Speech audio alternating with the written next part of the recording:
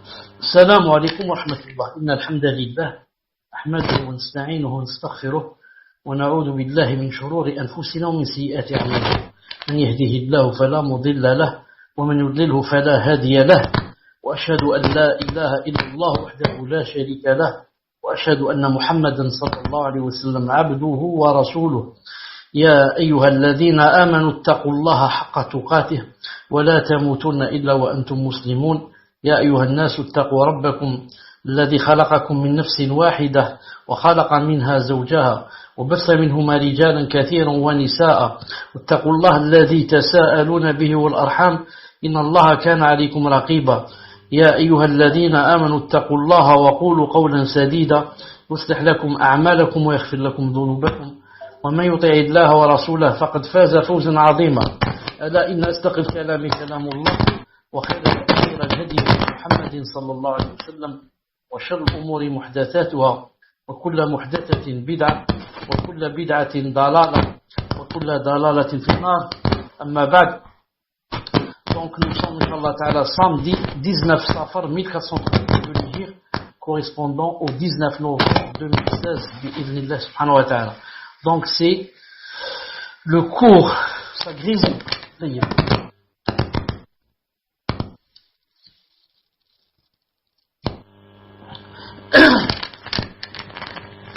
Dites-moi si ça grésille toujours, ou là c'est mieux. Est-ce que ça grésille toujours, ou là c'est mieux?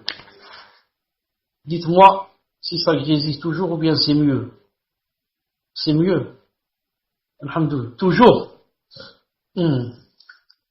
Donc on ne dit pas chez moi. Donc on va continuer, on va voir. Donc c'est le cours numéro 31. Le cours numéro 31, on avait vu donc que les piliers de la foi étaient au nombre de 6. Croire en Allah Azza wa Jalla, en ses anges, en ses livres, en ses messagers, au jour dernier, et au destin bon ou mauvais.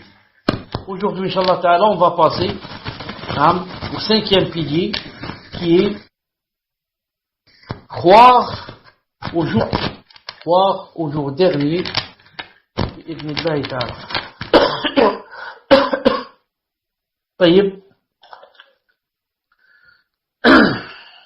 Le jour dernier, dit Cheikh Ibn Uthaymin rahimahullah ta'ala, à savoir le jour de la résurrection. À savoir le jour de la résurrection, au cours duquel les gens seront ressuscités pour être jugés et rétribués en conséquence de leurs actes. Il porte ce nom, c'est-à-dire le jour dernier, car il n'y a pas d'autre jour après celui-là. En effet, après ce jour, les gens du paradis s'établiront dans leur demeure au paradis, et les gens de l'enfer s'établiront dans le lieu de leur châtiment. Ce qu'il faut savoir, c'est que la croyance au jour dernier comprend 3 éléments.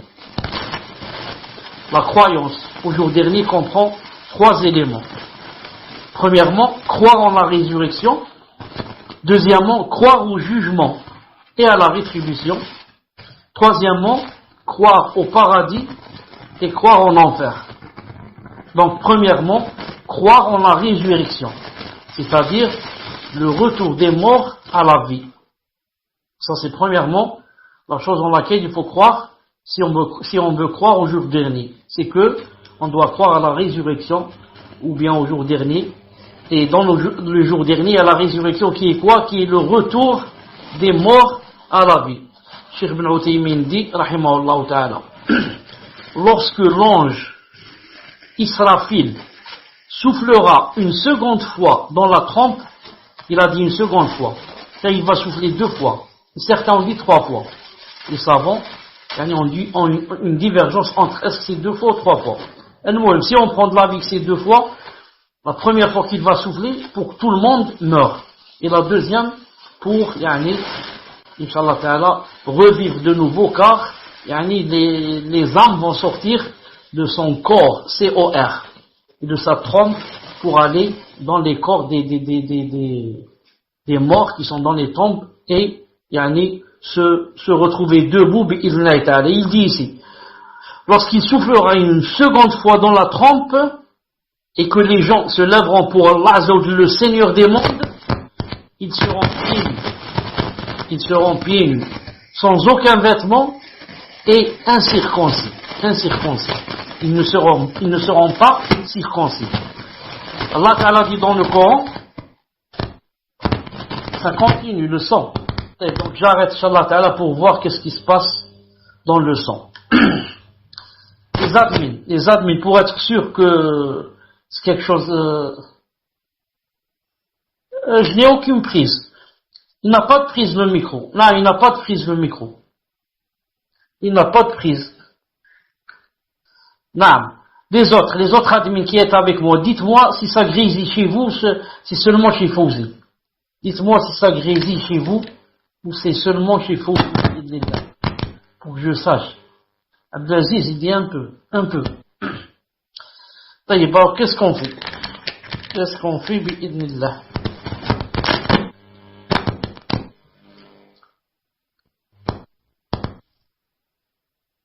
Salam alaikum wa rahmatullah.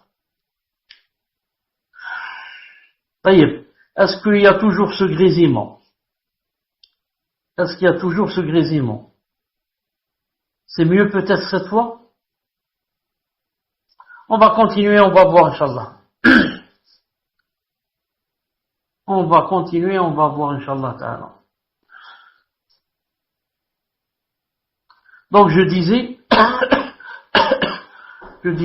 lorsque l'ange Israfil soufflera une seconde fois dans la trompe et que les gens se lèveront pour Allah, le Seigneur des mondes, ils seront pieds nus, sans aucun vêtement et incirconcis. Allah Ta'ala dit dans le Coran, il a dit, Anbiya 104, يوم نطوي السماء كطي السجل للكتب كما بدأنا أول خلق نعيده وعدا علينا إنا كنا فاعلين. Le jour où nous plierons le ciel comme on plie le rouleau des livres. Tout comme nous avons commencé la première création, ainsi nous la répéterons. C'est une promesse qui nous incombe et nous l'accomplirons. Donc, le témoin ici c'est quoi? Tout comme nous avons commencé la première création, ainsi nous la répéterons. Donc ce n'est pas une autre création. Allah Ta'ala ne va pas nous créer de nouveau, mais il va juste répéter la création. C'est la même donc création qui va revenir. C'est pour ça que ce qu'on a perdu, par exemple des membres, ça va revenir. Dalil, la preuve, celui qui a été circoncis parmi les hommes par exemple, il va recouvrer la chose qu'il a perdue. Le morceau de chair qu'il a perdu, il va revenir.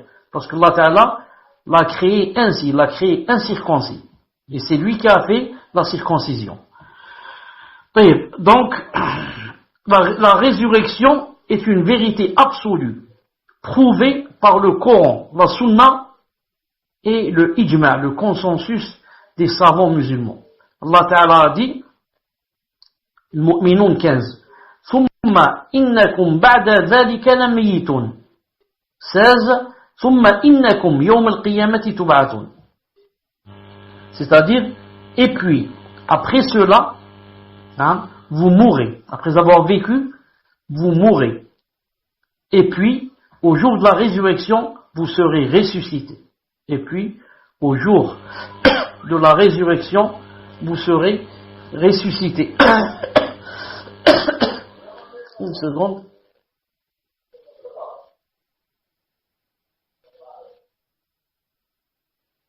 طيب رحمه الله تعالى dit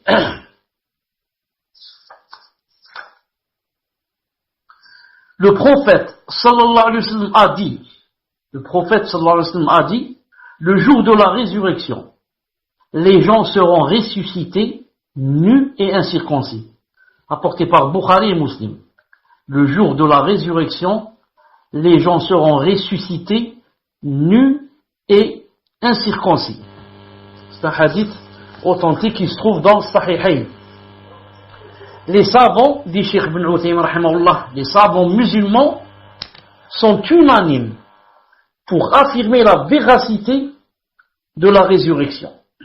De plus, c'est une conséquence logique de la sagesse d'Allah. Donc, la résurrection, ce n'est pas seulement quelque chose qui est prouvé par le Coran, la Sunna et le consensus. C'est quelque chose de logique, c'est-à-dire que quelqu'un qui est mécréant, normalement, s'il se base sur la logique, il doit conclure qu'il y a la résurrection. Naam, il dit, pourquoi?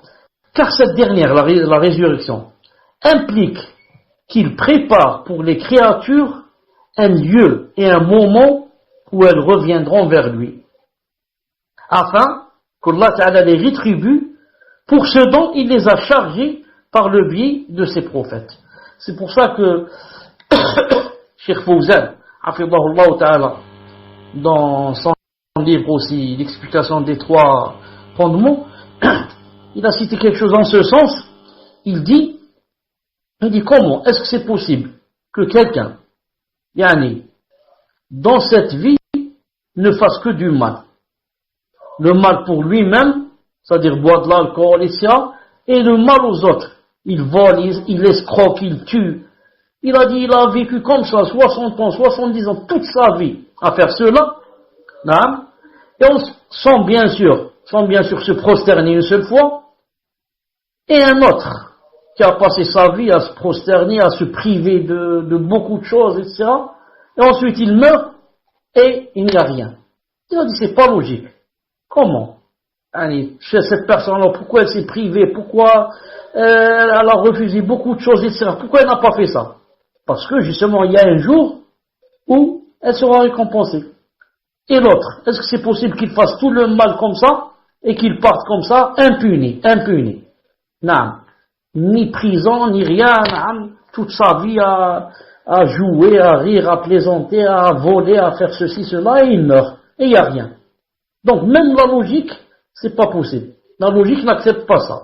La logique accepte qu'il y a un jour, on doit se rencontrer pour ou bien être récompensé, ou bien pour payer. Cheikh Ibn Uthaymin rahimahullah ta'ala cite le verset où Allah ta'ala dit, Mu'minun 115, أَفَحَسِبْتُمْ أَنَّمَا خَلَقْنَاكُمْ عَبَثًا وَأَنَّكُمْ إِلَيْنَا لَا تُرْجَعُونَ. C'est une question, comme on dit, inkari. Non, une question, mais pas pour poser la question. Pour blâmer. Allah Ta'ala dit, pensiez-vous que nous vous avions créé sans but et que vous ne seriez pas ramenés vers nous? Est-ce que quelqu'un peut penser cela? Que vous êtes créés donc sans but, pour vivre comme les animaux. Je vous ai créé pour vivre comme les animaux. Donc Allah Ta'ala, c'est comme s'il veut dire, donc je n'avais rien à faire pour passer le temps, je vous ai créé. Vous mangez, vous jouez, faites ce que vous voulez. Ensuite, vous ne serez pas ramenés vers nous. Est-ce que vous pensez ça? Bien sûr, Allah Ta'ala, c'est pas une question qu'il pose pour qu'on dise, pour qu'on réponde. Il sait la réponse. C'est pour vous dire que vous ne devez pas penser comme ça. Non. Il a dit aussi à son prophète sallallahu alayhi wa sallam, il a dit à son prophète Muhammad sallallahu alayhi wa sallam, le Qasas 85, il lui a dit, Inna alladhi farada alayka al-Qur'an la radduka ila ma'ad. Qul rabbi a'lamu man ja'a bil huda wa man huwa fi dalalin mubin. Celui qui t'a prescrit le Coran te ramènera certainement là où tu souhaites retourner. C'est-à-dire Yom al-Qiyamah. Certains ont dit Mecca, certains ont dit la Mecque et certains ont dit la résurrection. Dit, mon Seigneur connaît mieux celui qui a porté la guidée et celui qui est dans un égarement évident. Ça c'est quoi? C'est croire, comme on a dit, c'est premièrement, c'est croire à la résurrection. Ce qu'il y a aussi, dans le fait de croire au jour dernier, il y a croire au jugement et à la rétribution. Croire au jugement et à la rétribution. Le serviteur sera jugé pour ses actes et rétribué en conséquence. La preuve à ce sujet réside dans le Coran, la Sunna et le consensus des musulmans. Allah Ta'ala dit dans le Coran, Al-Ghashiyah 25, Inna ilayna iyabahum. 26, ثم إن علينا حسابهم. Vers nous est leur retour. Ensuite, c'est à nous de leur demander compte. Donc il y a deux choses. Vers nous est le retour, vous devez retourner vers moi. Allah Ta'ala dit. Et deuxièmement, ensuite, nous vous demanderons des comptes. Donc tu ne reviens pas pour rien aussi. Revenir pour revenir. Non. Revenir pour rendre les comptes. Si les comptes sont bons, alhamdoulilah, c'est le paradis qui attend. Si le compte est mauvais, c'est l'enfer qui attend. Et si les comptes sont bons et tu vas entrer au paradis, c'est pas toi qui as fait ça, c'est Allah Ta'ala qui t'a aidé. Si tu avais laissé seul, tu n'aurais fait que du mal. C'est pour ça qu'il a dit dans le Coran, وَلَوْلَا فَضْلُ اللَّهِ عَلَيْكُمْ وَرَحْمَتُهُ مَا زَكَى مِنْكُمْ مِنْ أَحَدٍ أَبَدًا, sourate An-Nur. Il a dit, c'est pas, Allah Azza wa Jalla, c'est bien fait, aucun de vous ne serait purifié. C'est-à-dire, il n'aurait fait que du mal. Donc ça, c'est dans le cas où tu trouves les bons comptes et que tu vas au paradis. Dans le deuxième cas où tu trouves les mauvais comptes et que tu es destiné à l'enfer, tu ne dois blâmer que toi-même. Bien sûr, quand je dis toi-même, ça veut dire en même temps ton nefs, ton shaitan, tes mauvais amis, tes mauvaises connaissances, tes passions. Non, tout ça c'est toi. Mouhim, c'est toi. Ton shaitan. Ce que je veux dire, il ne faut pas seulement accuser Allah subhanahu wa ta'ala. Et de dire c'est lui qui a écrit ainsi sur la tablette préservée. Comme disent les Jabriya. Les Jabrites, ils disent, tout ça c'était écrit. Écrit dans le sens de, c'était contre moi. Je peux rien faire. Bien sûr c'était écrit. Mais c'est pas été écrit contre toi. C'était écrit ce que tu allais faire. Si tu avais fait de bonnes choses, là aussi, ça aurait été écrit. Non, regarde. Si tu avais prié, ça aurait été écrit. Mais comme Allah Ta'ala a su que tu allais boire de l'alcool, il a écrit, il va boire de l'alcool tel jour. Il va faire la fornication tel jour. Il va voler tel jour. Il va mentir tel jour. Non, voilà comment ça a été écrit. A été écrit suivant la science d'Allah subhanahu wa ta'ala. Et non pas parce que, il t'a contraint. Il t'a contraint à faire cette chose.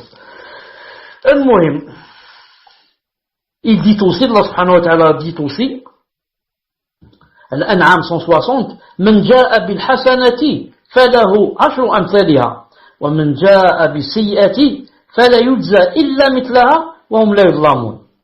Il a dit ici dans un autre verset, une seconde, quiconque viendra avec le bien aura 10 fois autant. Et quiconque viendra avec le mal ne sera rétribué que par son équivalent. Et on ne leur fera aucune injustice. Chauffe, subhanallah al-azim. Si tu fais un bien, tu auras 10 fois autant. Et si tu fais un mal, tu n'auras que ce mal. Et pourtant, Allah subhanahu wa ta'ala, s'il avait voulu, il aurait dit, quiconque viendra avec le bien aura son équivalent. Et pourtant non. Il a dit, si tu viens avec le bien, tu en auras 10 fois. C'est une aide ou c'est pas une aide énorme. Tu fais un seul bien, il t'en donne 10. Et l'autre aide immense, tu fais un mal, il t'écrit seulement un mal. Et si Allah Ta'ala était, subhanallah al-azim, n'était pas rahim, yarham ar-rahimin, il aurait dit, celui qui fait un bien, il a un bien. Celui qui fait un mal, il a 10 mots. Tu fais un mal, je t'en écris 10. Tu fais un bien, je t'écris seulement un bien. Et après, la yus'al amma yaf'al. Personne ne peut lui demander pourquoi ya Allah. Mais regardez Arhamar Rahimin. Un bien, il t'en compte 10. Un mal, ça ne devient pas 10. Donc, il te pousse, presque il te pousse à rentrer au paradis. Et à t'éloigner de l'enfer. Mais, l'être humain, comme vous savez, c'est quelqu'un de djahoul et de kafour. Ensuite, Allah Ta'ala dit aussi, Anbiya 47, وَنَضَعُ الْمَوَازِينَ الْقِسْطَ لِيَوْمِ الْقِيَامَةِ فَلَا تُظْلَمُ نَفْسٌ شَيْئًا وَإِنْ كَانَ مِثْقَالَ حَبَّةٍ مِنْ خَرْدَلٍ أتينا بها وكفى بنا حاسبين. Au jour de la résurrection, nous placerons les balances exactes. Nulle âme ne sera lésée en rien, fût-ce du poids d'un grain de moutarde que nous ferons venir. Nous suffisons largement pour dresser des comptes. Donc, enlève de ton cœur, si tu as peur que Yawm al-Qiyamah sera lésé, et que Allah subhanahu wa ta'ala, pourra être injuste avec toi. Non. Car les gens Yawm al-Qiyamah, quand Allah ta'ala leur demanderont d'aller en enfer, bien sûr, chacun va essayer d'accuser l'autre. Il accuse son ami, l'autre il accuse son père, l'autre il accuse Shaitan, l'autre il accuse son nefs, l'autre il accuse ses amis, et l'autre il accuse les anges, il dit ce sont eux qui ont écrit contre moi, et l'autre va accuser Allah, il va dire c'est de l'injustice, c'est pas comme ça, etc. Non. Mais tout le monde sait dans son cœur que la faute revient à la personne, pas à Allah subhanahu wa ta'ala. Non, c'est la personne. Sauf celui qui ne connaît pas Allah Azza wa Jal, il ne l'a pas connu. Celui-là, il va croire que c'est lui qui l'a lésé. Ibn Omar, radiyallahu ta'ala anhu, rapporte que le prophète, alayhi sallam, a dit, Allah fera s'approcher de lui le croyant. Allah fera s'approcher de lui le croyant. Et le cachera en le protégeant du regard des autres.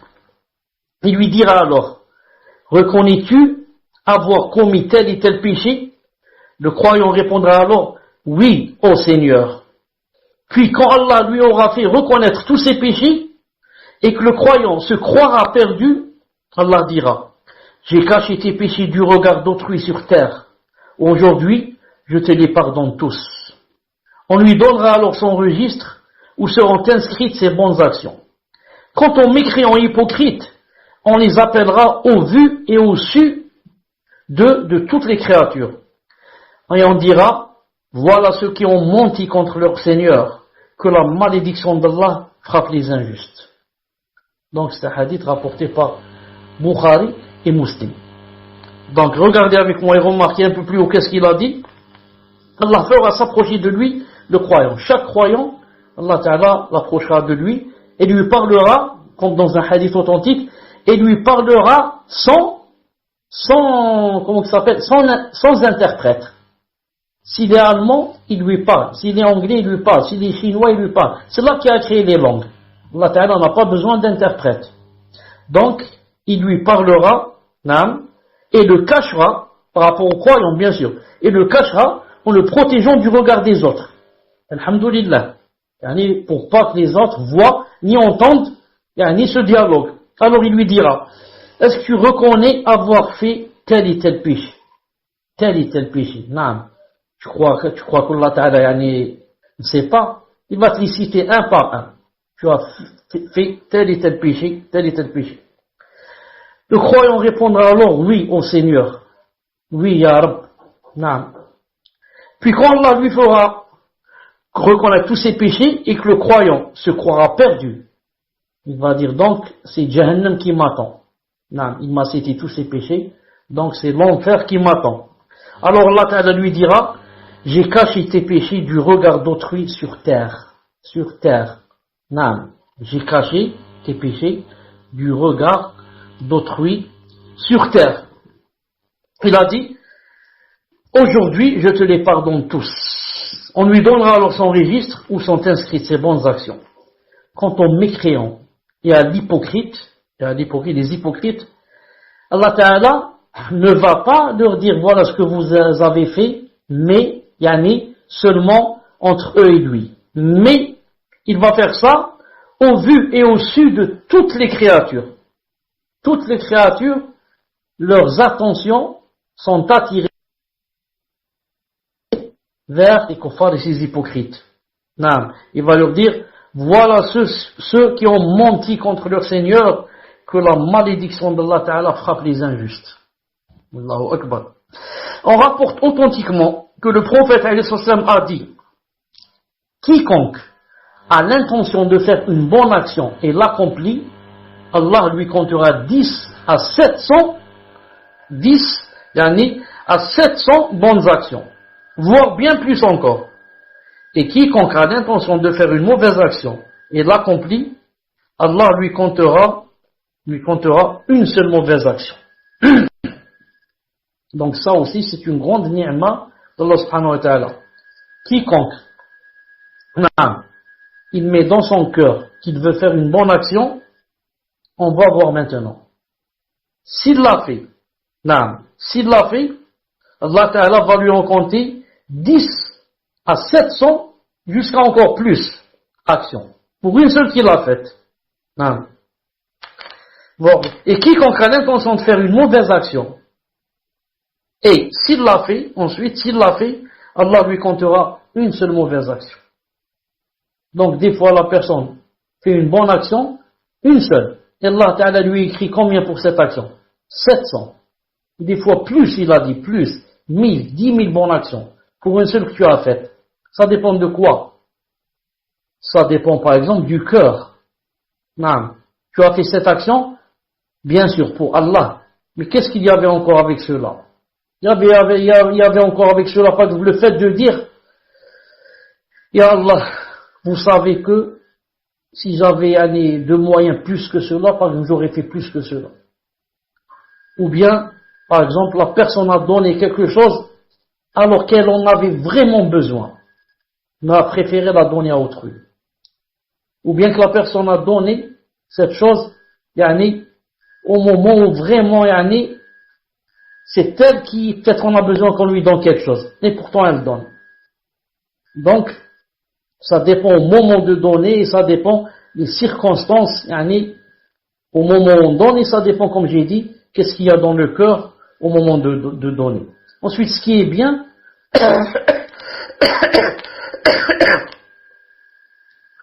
c'est que quand quelqu'un décide de faire une mauvaise action, ensuite, s'il l'a fait, il n'a qu'une mauvaise action, alhamdulillah.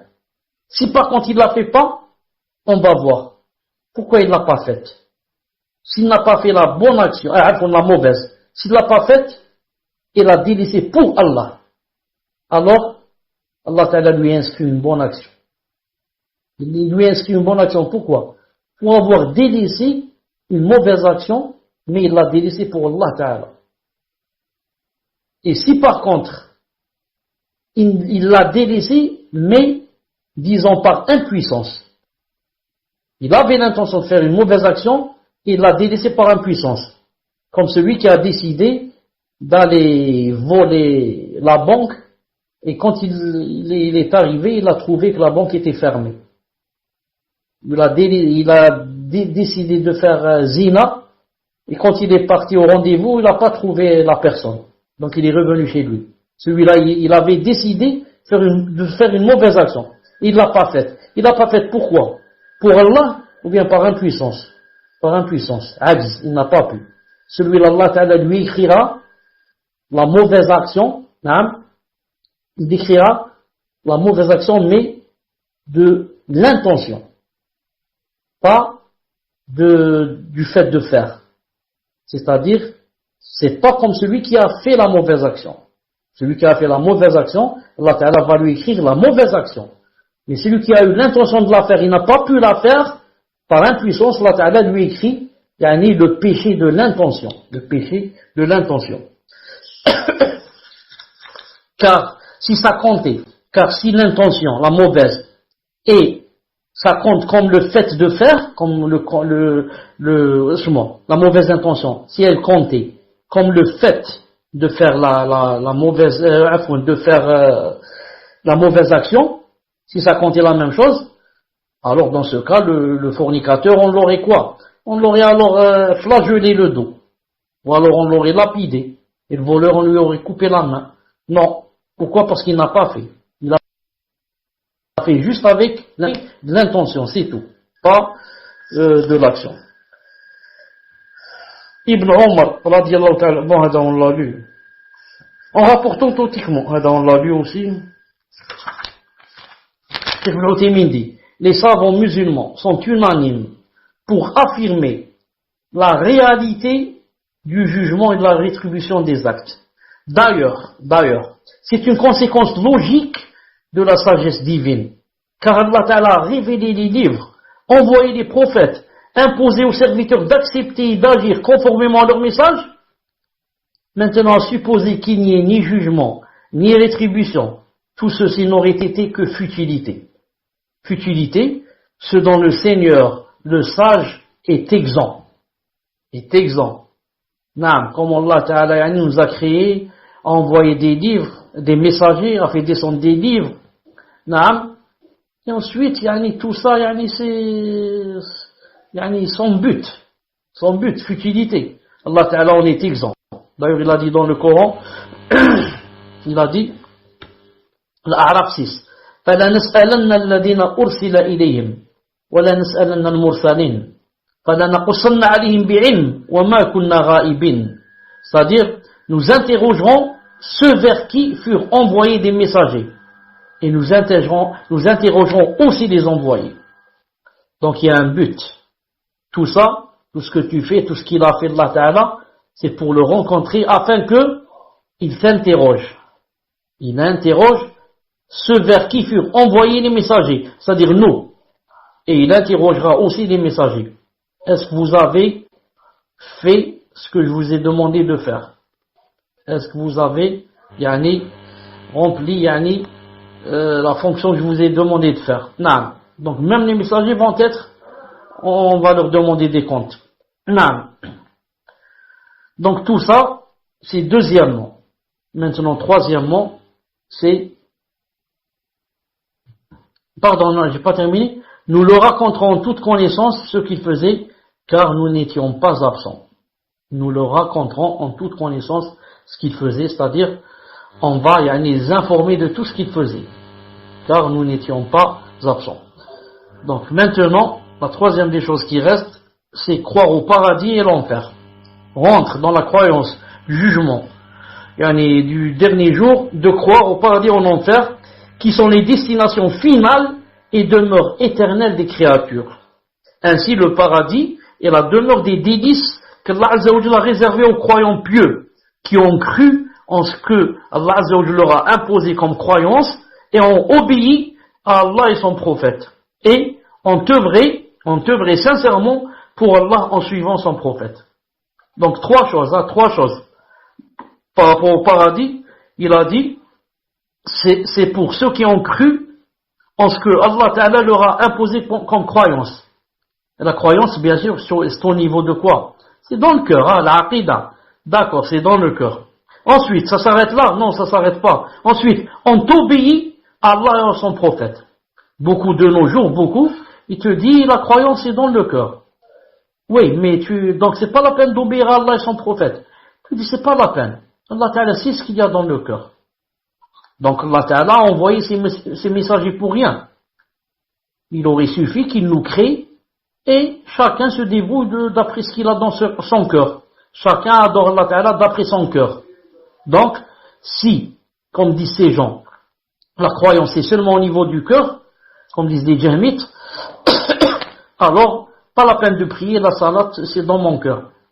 Siyam, c'est dans mon cœur. Le hajj, c'est dans mon cœur. Zakat, c'est dans mon cœur. Non, faire le bien, c'est dans mon cœur. Et comme ça, je fais tous les péchés du monde et je dis, Allah Ta'ala connaît ce qu'il y a dans les cœurs. Allah connaît ma niya. Allah sait que je suis une bonne personne. Allah sait que je suis sincère avec lui. Allah sait que je n'ai tué personne. Que je n'ai jamais brûlé une mosquée. Que je n'ai jamais volé quelqu'un. Que je n'ai jamais menti à quelqu'un. Que je n'ai jamais fait de mal à quelqu'un. Allah Ta'ala, alhamdoulilah, c'est ce qu'il y a dans les cœurs. Donc maintenant, il n'y a plus de haram, il n'y a plus de halal. Tout le haram, je le fais. Tout le halal, je ne le fais jamais. Et je dis, Allah Ta'ala sait ce qu'il y a dans les cœurs et ça suffit. Donc ici, Cheikh montre bien, il dit, c'est réservé aux croyants pieux. Premièrement, qui ont cru en Allah, ont obéi à Allah et à son prophète. Et troisièmement, ont œuvré sincèrement pour Allah Ta'ala en suivant son prophète. Pourquoi Allah Ta'ala, dans tous les versets, presque tous les versets du Coran, il dit « Alladina amanu wa amilu salihat » ceux qui ont cru et ont fait les bonnes œuvres. Pourquoi il dit pas seulement le paradis c'est pour ceux qui ont cru? Pourquoi il ajoute toujours et ont fait de bonnes œuvres? Car tu peux croire en Allah Ta'ala et ne faire que les mauvaises œuvres. Mais Allah Ta'ala te demande, si tu veux rentrer au paradis, le paradis est tayyib, bon, et n'y pénètre que les bons. Donc maintenant, si tu viens avec les grands péchés, tu ne peux pas y pénétrer. Tu dois passer par l'enfer. Là-bas, tu vas te purifier pour devenir bon. Ensuite, tu peux rentrer au paradis. Ça, c'est pour le croyant. Quant au kafir, il n'a jamais été bon. Il n'a pas été bon dans le sens bon religieusement. Celui-là n'a pas besoin d'aller au paradis. Il dira là-bas l'enfer qui l'attend. Il dit, on trouve comme délice au paradis, qu'est-ce qu'on trouve? Ce qu'aucun œil n'a vu, ce qu'aucune oreille n'a entendu, ce que le cœur d'aucun humain ne s'est jamais représenté. Allahu Akbar. Allahu Akbar. Qu'est-ce qu'il y a dans le paradis? Ce que aucun œil n'a vu. Ce que aucun œil n'a vu. C'est pour ça que Abdullah ibn Abbas dit, il dit, tout ce que, par exemple, tu lis dans le Coran, Allah Ta'ala dit dans le Coran qu'il y a, par exemple, les grenades romaines. Il dit qu'il y a des tmar, il dit qu'il y a tout ce qu'il cite. Il a cité même les bananes. Les tarkhin manvoud. Non, il a cité même les bananes. Abdullah ibn Abbas a dit tout ce que vous trouvez cité. L'Inab, il a cité les raisins. Tout ce que vous trouvez cité, il a dit, au paradis, c'est seulement les noms qui se ressemblent. Mais pas la chose elle-même. D'accord, c'est du raisin qu'il y a au paradis, mais quel raisin? C'est pas le raisin comme celui qu'on mange. C'est seulement ça se ressemble de nom. C'est tout. Donc il dit, aucun œil n'a vu ce qu'il y a dans le paradis. Jamais dans le paradis, quand la personne y sera, qu'Allah Ta'ala fasse qu'on soit dans le paradis, jamais quand tu commenceras à manger les choses qu'il y a là-bas ou à boire les choses qu'il y a là-bas, jamais une personne ne peut dire j'ai mangé ça quand j'étais vivant. Alors j'ai bu ça chez la famille ou chez un ami ou je ne sais où, dans un café. C'est pas possible.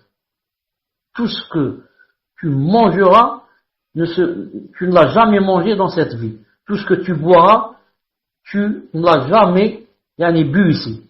Mieux encore, tout ce que tu verras, tu ne l'auras jamais vu ici. C'est pas possible. Aucun œil n'a vu ce qu'il y a. Ni une oreille a entendu parler. Ni, encore c'est plus grave, aucun cœur ne s'est jamais imaginé ce qu'il y a. Nous, quand on est assis comme ça, et il y a un peu de, alhamdoulilah, de la douceur de la foi dans le cœur, on commence à imaginer, dans le paradis, il y a ceci, je vais faire ceci, cela, mais pourtant, tout ce qui passe par ton cœur, c'est pas comme ça. Tu imagines des arbres comme ça, un cheval avec 200 ailes, un cheval qui vole, tout ça il y a, mais c'est pas comme tu imagines toi. C'est pas comme tu imagines. C'est impossible. Allah Ta'ala dit dans le Coran, Bayina 7, il a dit, Inna alladhina amanu wa amilu salihat, ulaika hum khayrul bariyah. جزاؤهم عند ربهم جنات عدن تجري من تحتها الأنهار خالدين فيها أبدا رضي الله عنهم ورضوا عنه ذلك لمن خشي ربه. Quant à ceux qui croient et accomplissent les bonnes œuvres, ce sont les meilleurs de toute la création. Ensuite il a dit, leur récompense auprès d'Allah sera les jardins de séjour, sous lesquels coulent les ruisseaux, pour y demeurer éternellement. Allah les agrée et il l'agrée. Telle sera la récompense de celui qui craint son Seigneur. Donc qu'est-ce qu'il a dit? Il a dit, quant à ceux qui croient et accomplissent les bonnes œuvres. On est revenu aux bonnes œuvres. Ça suffit pas de croire. Il a dit, quant à ceux qui croient et accomplissent les bonnes œuvres, ce sont les meilleurs de toute la création. Ce sont les meilleurs de la création. Ensuite, il a cité ce qu'ils auront dans le paradis. Il dit aussi, Allah Ta'ala dit, Sijda 17, فَلَا تَعْلَمُ نَفْسٌ مَا أُخْفِيَ لَهُم مِّن قُرَّةِ أَعْيُنٍ جَزَاءً بِمَا كَانُوا يَعْمَلُونَ. Aucun être ne sait ce qu'on a réservé pour eux comme réjouissance pour les yeux en récompense de ce qu'ils œuvraient. Aucun être ne sait ce qu'on a réservé pour eux comme réjouissance pour les yeux, en récompense de quoi? De ce qu'ils œuvraient. C'est pas en récompense de ce qu'ils croyaient dans leur cœur, de l'iman qu'ils avaient dans le cœur. Non, en récompense de ce qu'ils œuvraient. Ce sont les œuvres. Ce sont les œuvres qui comptent aujourd'hui. Bien sûr, les œuvres avec l'iman. Naam. Subhanallah al-Azim. Donc si on connaissait comme ça les versets, quiconque parle avec moi, il me dit l'iman c'est dans le cœur, je lui dis ça. Iman c'est dans le cœur, il n'est pas dans l'estomac ni dans les reins. L'iman il est dans le cœur. Mais pour entrer au paradis, il faut l'iman plus les œuvres. Et je lui cite par exemple ce verset. Je lui dis, regarde, Allah Ta'ala a dit en récompense de ce qu'ils œuvraient. Pourquoi il n'a pas dit en récompense de l'iman qu'il y a dans le cœur? Mais nous, bien sûr, on ne connaît pas le Coran, on ne connaît rien. Quant à l'enfer, il s'agit de la demeure du châtiment qu'Allah Azza wa Jal a réservé aux mécréants injustes, ceux qui ont mécru en lui et désobéi à ses prophètes. Il y a en enfer divers types de châtiments et de tortures que l'imagination ne peut se représenter. Allah Ta'ala a dit, elle est Imran 131, et craignez le feu préparé pour les mécréants. Il a dit aussi, le Kahf 29, وَقُلِ الْحَقُّ مِنْ رَبِّكُمْ فَمَنْ شَاءَ فَلْيُؤْمِنْ وَمَنْ شَاءَ فَلْيَكْفُرْ إِنَّا أَعْتَدْنَا لِلظَّالِمِينَ نَارًا أَحَاطَ بِهِمْ سُرَادِقُهَا وَيَسْتَغِيثُ يُغَاثُ بِمَاءٍ كَالْمُهْلِ يَشْوِي الْوُجُوهَ بِئْسَ الشَّرَابُ وَسَاءَتْ مُرْتَفَقًا. Sourate al-Kahf, écoutez ce qu'il a dit. Dit la vérité émane de votre Seigneur. Non. Quiconque le veut qu'il croit, quiconque le veut qu'il mécroit. Nous avons préparé pour les injustes un feu dont les flammes les cernent. Et s'ils implorent à boire, on va les abreuver d'une eau comme du métal fondu, brûlant les visages. Quelle mauvaise boisson et quelle détestable demeure. Allahu Akbar. Donc nous avons préparé pour les injustes un feu dont les flammes les cernent. C'est pas il y a du feu seulement qui te brûle, mais cerné par les flammes. À gauche, à droite, en face, derrière toi. Et il marche même sur un tapis de flammes. Et, comme a dit Ta'ala, il a dit Ghawash, et même au-dessus de leur tête, un nuage de flammes. Subhanallah al-Azim. Et après tout cela, si la personne demande à ce qu'on l'abreuve, on va lui dire d'accord, il n'y a pas de problème, on va t'abreuver. Mais qu'est-ce qu'il va boire? Un jus d'orange? Il va boire du métal fondu. Du métal fondu brûlant les visages, qu'Allah Ta'ala nous préserve. Allah Ta'ala dit, Ahzab 64, Inna Allah la'ana al-kafirina wa a'adda lahum sa'ira, khalidina fiha abadan, la yajiduna waliyan wa la nasira, yawma tuqallabu wujuhum fi an-nar, يقولون يا ليتنا أطعنا الله وأطعنا الرسول. Allah a maudit les infidèles et leur a préparé une fournaise pour qu'ils y demeurent éternellement sans trouver ni alliés ni secoureurs. Le jour où leurs visages seront tournés et retournés dans le feu, ils diront hélas pour nous, si seulement nous avions obéi à Allah et au messager d'Allah. Maintenant vous dites ça. Maintenant. Donc Allah Ta'ala a dit, il a dit, le jour où leur visage, avant cela il a dit, il leur a préparé une fournaise pour qu'ils demeurent éternellement sans trouver ni allié ni secoureur.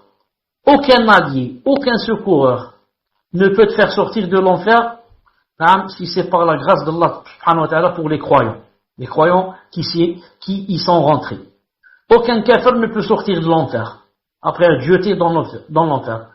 Aucun milliardaire du monde, ni je ne sais quelle force il a, faire sortir un kafir de l'enfer. Qu'est-ce qu'ils vont dire? Allah Ta'ala dit, le jour où leurs visages seront tournés vers le feu.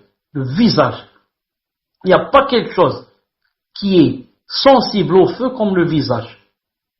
Parmi les choses les plus sensibles, c'est le visage.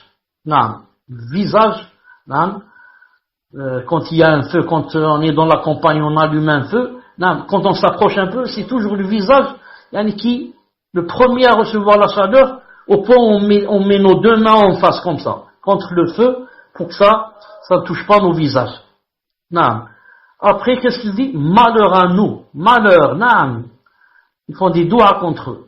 Si seulement nous avions obéi à Allah et obéi à son messager. Là-bas, quand la personne va être jetée en enfer, et même avant, quand elle va rencontrer Allah subhanahu wa ta'ala, elle va dire subhanallah ta'ala. Combien c'était facile d'obéir à Allah et à son prophète, je ne l'ai pas fait. Combien c'est facile. Et pourtant, obéir à Allah subhanahu wa ta'ala et à son prophète, dans cette vie, ne te rapporte que du bien.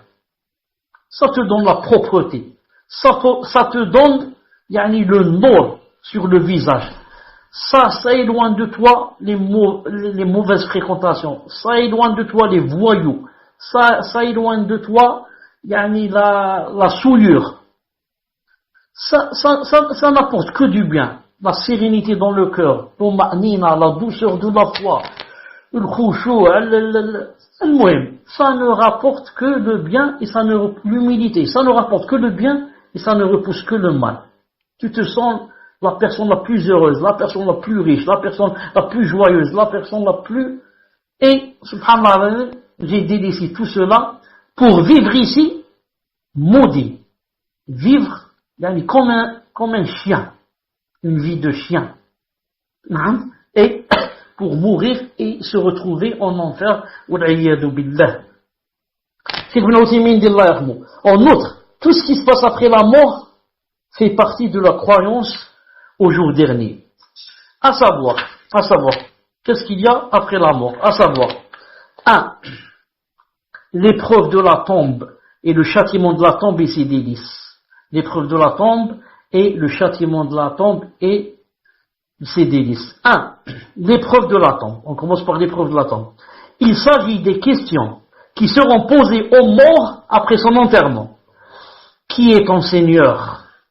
Quelle est ta religion? Qui est ton prophète? Allah Azza wa Jalla affermira les croyants par une parole ferme. Et ils vont donc répondre, mon Seigneur est Allah, ma religion est l'islam, et mon prophète est Muhammad sallallahu alayhi wa sallam. Quant aux injustes, Allah les égarera, et les mécréants répondront donc, je ne sais pas, je ne sais pas.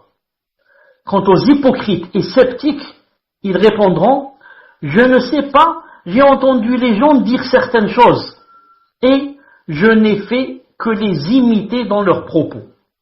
C'est pourquoi dans un hadith sahih, un autre hadith, il est rapporté que, lorsque le croyant répondra, et dira, mon Seigneur c'est Allah, ma religion est l'islam, et mon prophète est Muhammad, les anges lui demanderont, d'où détiens-tu cela?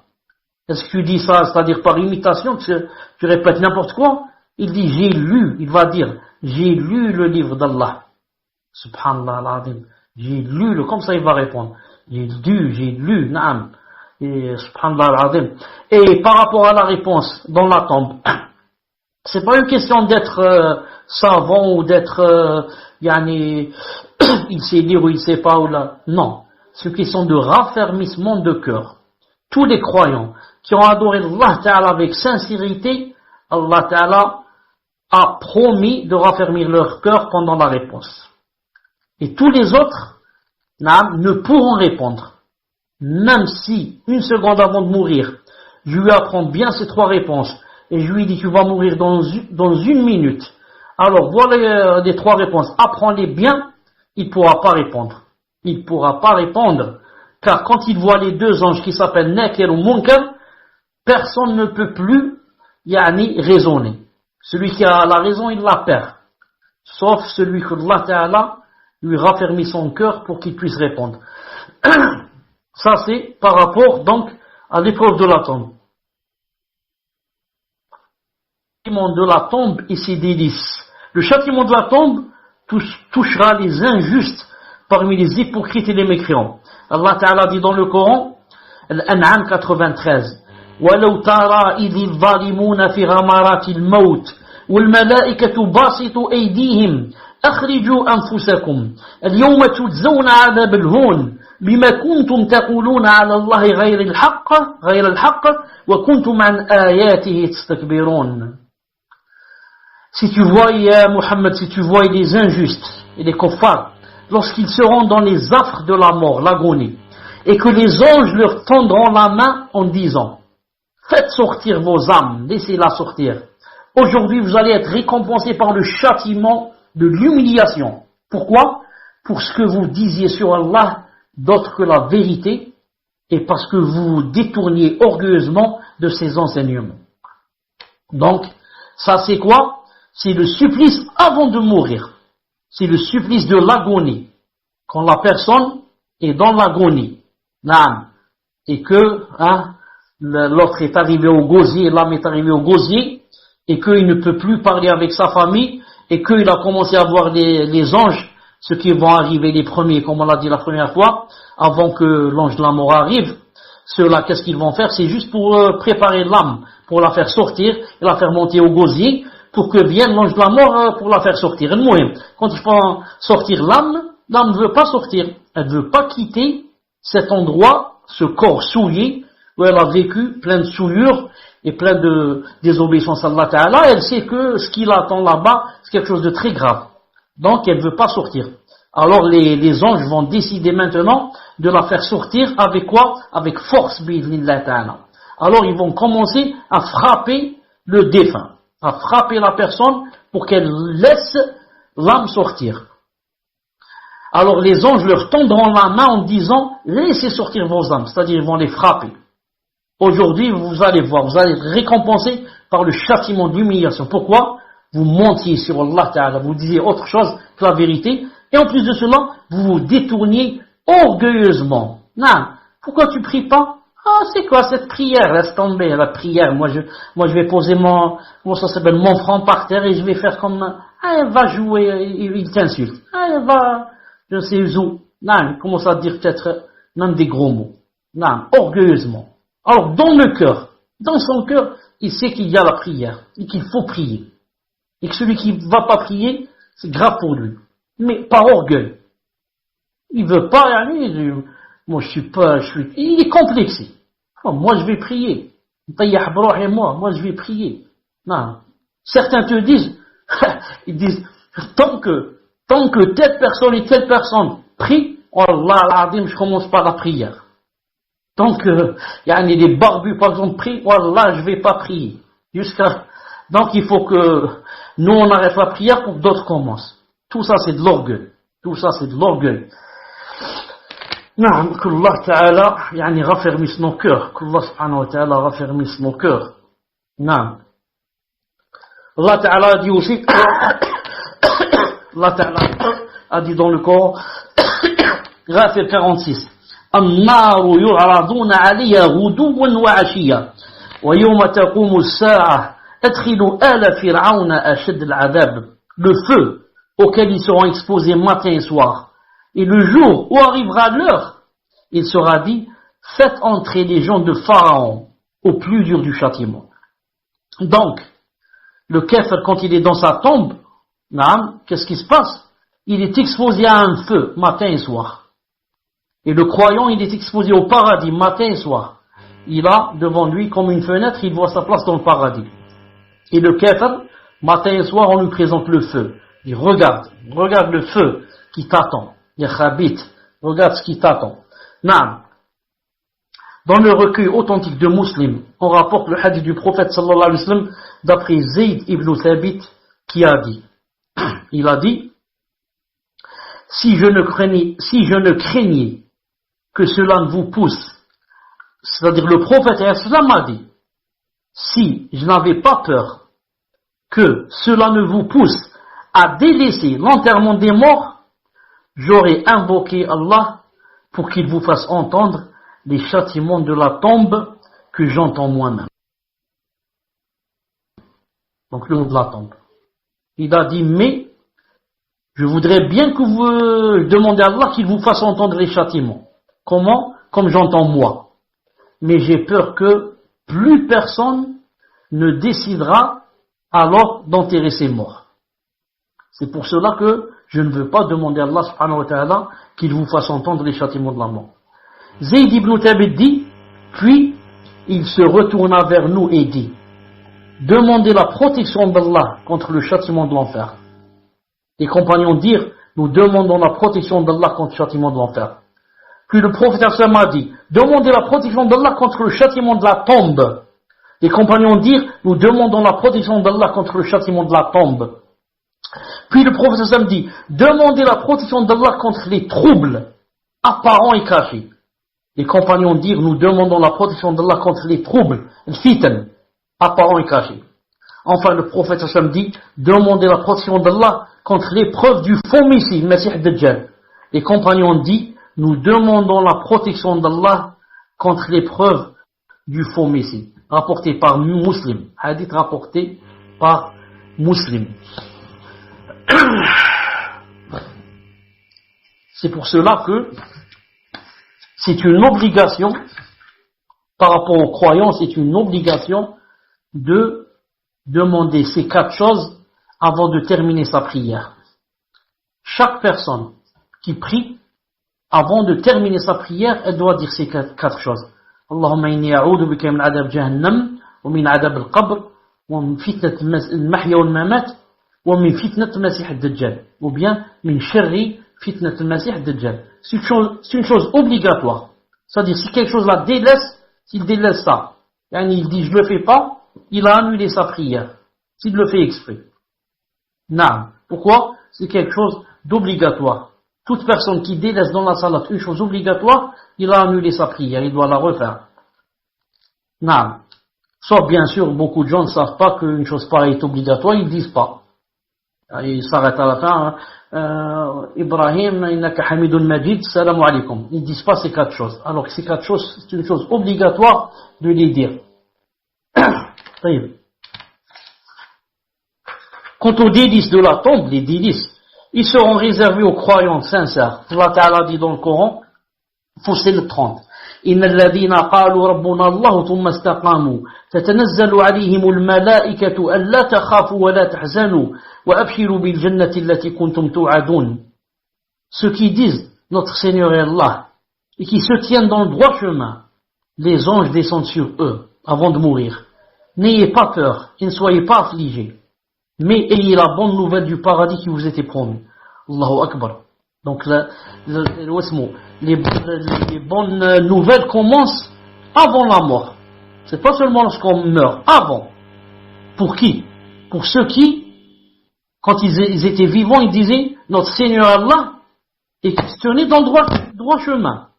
C'est pas seulement ceux qui disaient notre Seigneur est Allah et ne font que des choses que Allah Ta'ala n'aime pas. Non. La ilaha illallah, mais je fais des bonnes œuvres, comme on a dit tout à l'heure. Donc, mon Seigneur est Allah, mais je me tiens sur le droit chemin, dans le droit chemin. Ceux-là, les anges descendent sur eux avant de mourir. Ils leur disent, n'ayez pas peur.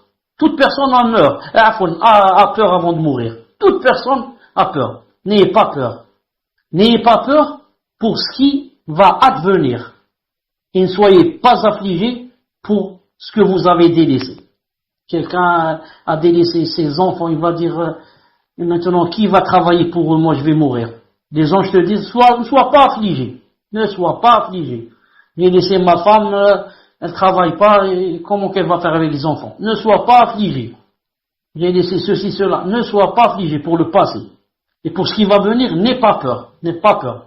Mais, je t'annonce en plus de cela la bonne nouvelle du paradis. La bonne nouvelle, le paradis qui t'attend.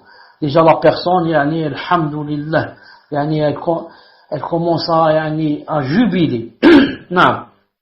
Il dit ici, un autre verset, Allah Ta'ala dit, Al-Waqi'a 83, فَلَوْلَا إِذَا بَلَغَتِ الْحُلْقُمْ. Lorsque le souffle de la vie remonte à la gorge. La personne maintenant est dans l'agonie. Donc maintenant, la gorge. Les anges, ceux qui sont venus travailler avec l'ange de la mort, l'ont fait monter jusqu'à la gorge. Elle est maintenant au niveau de la gorge. وَأَنْتُمْ حِينَئِذٍ تَنْظُرُونَ. Et qu'à ce moment-là, vous regardez. Donc, Allah Ta'ala, ou bien qu'il parle de la personne qui va mourir, elle est en train de regarder les anges. Ou bien, Allah Ta'ala est en train de parler de la famille de celui qui va mourir. Allah Ta'ala dit, À ce moment, vous regardez. Vous êtes en train de regarder la personne qui est en train de quitter ce monde. De quitter ce monde. وَنَحْنُ أَقْرَبُ إِلَيْهِ مِنْكُمْ وَلَكِنْ لَا تُبْصِرُونَ. Et que nous sommes plus proches de lui. De lui, il y a celui qui l'entourait, mais vous ne voyez point. Mais nous sommes plus proches de lui. Nous, certains ont dit, comme Ibn Taymiyyah et d'autres ont dit, Allah Ta'ala parle de lui. Il parle des anges. Il a dit, il parle des anges, ils sont très proches de lui, mais vous ne voyez pas, vous ne voyez pas les anges. Il parle à la famille de celui qui va mourir. Il dit, les anges sont très proches de lui, mais vous ne les voyez pas. Et d'autres ont dit, Allah est très proche de lui, de par sa science, de par sa puissance. Mais vous ne voyez point, bien sûr. Et Cheikh Saadi, rahimahullah, a dit, les deux. C'est Allah avec ses anges qui sont proches maintenant, celui qui va mourir. Et vous ne voyez point.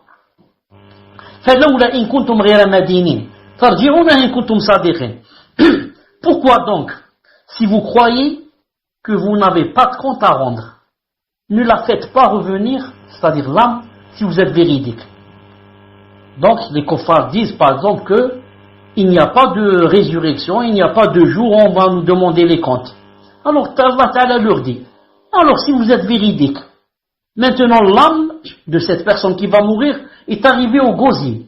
Il reste quelques secondes, elle va sortir. Alors, s'il n'y a pas de compte à rendre, alors faites-la revenir dans le corps. Faites revenir l'âme, là où elle était dans le corps, et ne la laissez pas sortir. Appelez vos médecins, appelez vos professeurs de chirurgie, appelez vos je ne sais qui, vos rois, vos ministres, tous les milliardaires que vous connaissez. Appelez tous les médecins du monde et dites-leur, s'ils peuvent, ils ne laissent pas l'âme sortir. Puisqu'il n'y a pas de rencontre, il n'y a pas de compte à rendre. Alors à quoi ça sert de laisser l'âme sortir? Alors faites des efforts, réunissez-vous, tous les médecins du monde, et essayez, je ne vais pas dire de rendre l'âme, essayez de la retarder d'1 minute.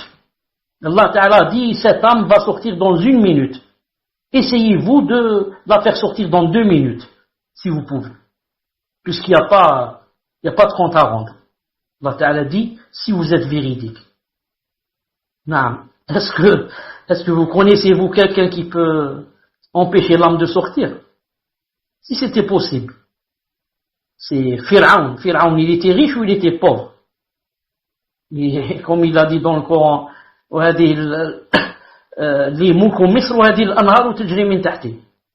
donc tous les trésors de l'or du monde, il était entre ses mains. Et les médecins avaient atteint en son époque un rang très élevé, le fait de momifier des choses, etc. Pourquoi il n'a pas demandé leur aide? Il leur a dit, faites de sorte que je ne meure pas. Est-ce qu'il y a quelqu'un qui aime mourir? Est-ce qu'il y a quelqu'un, si c'était possible de ne pas mourir, et qui n'aurait pas donné en contretemps tout ce qu'il possède pour ne pas mourir?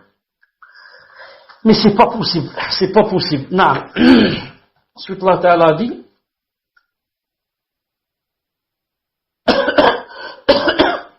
en continuant cette arrêté, Allah Ta'ala a dit, فَأَمَّا إِنْ كَانَ مِنْ مُقَرَّبِينَ فَرَوْحٌ وَرَيْحَانٌ وَجَنَّةُ النَّعِيمِ. Maintenant que tout le monde doit mourir, sachez que s'il fait partie du nombre des rapprochés, alors il aura du repos, de la grâce et un jardin de délices. Alors il aura du repos, de la grâce et un jardin de délices. Naam. Al-Bara ibn Azib rapporte que le prophète sallallahu alayhi wa sallam a dit au sein du croyant, au sujet du croyant, qui répond correctement aux 2 anges dans sa tombe. Il a dit, une voix venant du ciel, voix ça s'écrit avec X, une voix venant du ciel s'élèvera alors et dira, mon serviteur a dit vrai. Quand il répondra comme il le faut, une voix dira du ciel, mon serviteur a dit vrai. Cette voix elle est de qui? Certains vont dire peut-être des anges. Moi je dis d'Allah. Pourquoi? Parce qu'il a dit mon serviteur a dit vrai. Bon, la voix dira mon serviteur. Un ange ne peut pas dire mon serviteur a dit vrai. Ensuite il dit recouvrez donc sa tombe d'ornements du paradis et habillez-le des vêtements du paradis. Alors l'odeur apaisante et le parfum du paradis lui parviendront alors et sa tombe sera élargie aussi loin que son regard peut porter. Hadith authentique. Apporté par Ahmed, voire Sahih Abi Daoud de Sheikh Al-Albani. Donc, dès qu'il répond bien, et c'est là qu'il a aidé à répondre. Une voix dira, mon serviteur a dit vrai. Ensuite, il ordonne aux anges, recouvrez sa tombe d'ornements du paradis. Déjà, dans le paradis, sa tombe est ornée, masha'Allah, du paradis. Ensuite, habillez-le des vêtements du paradis, dans la tombe. Il est habillé de vêtements du paradis. Ensuite, une odeur, masha'Allah, le parfum du paradis commence à le sentir. Et sa tombe sera élargie, Allahu Akbar. Allahu Akbar. C'est pas comme les kuffars, qui croient le contraire. Ici, dans cette vie, il passe sa vie, toute sa vie à désobéir à Allah subhanahu wa ta'ala et à mécroire. Et quand il meurt, comme a dit la chanteuse, j'ai oublié comment elle s'appelle, elle dit la libanaise, ça fait pas longtemps qu'elle est morte, j'ai oublié comment elle s'appelle. Yani, on lui a creusé une grande tombe, et on lui a placé un plasma avec télé, une grande télé, un salon, des divans, même des bijoux, et on l'a enterré. Subhanallah, croyons que, yani, voilà son paradis. Donc c'est nous qui décidons du paradis. C'est nous qui décidons donc du paradis. Si on est riche, donc, alhamdoulilah, la personne va aller au paradis, on va lui aller faire un paradis, Et si pauvre mesquin, c'est pas comme ça. Le paradis, c'est Allah Ta'ala qui le donne. C'est Allah subhanahu wa ta'ala qui le donne. C'est pas les personnes, La croyance du jour dernier. Est-ce que quelqu'un peut me rappeler la chanteuse dont je suis en train de parler? C'est qui, la libanaise, qui est morte, ça fait seulement 3 ou 4 mois ou 5 mois. Très connue. La vieille. Elle dépasse 80 ans. J'ai oublié son nom. La croyance au jour dernier engendre des bienfaits exceptionnels. Wadi al-Safi. J'ai jamais entendu ce nom. Jamais entendu ce nom. La croyance au jour dernier engendre des bienfaits exceptionnels. La croyance au jour dernier engendre des bienfaits exceptionnels. Ah, ça va. Une seconde, ne coupez pas. Une seconde, je vais vous ramener son nom et je reviens. Quand j'ai quelque chose dans la tête comme ça, je ne vis pas tranquille jusqu'à ramener le nom.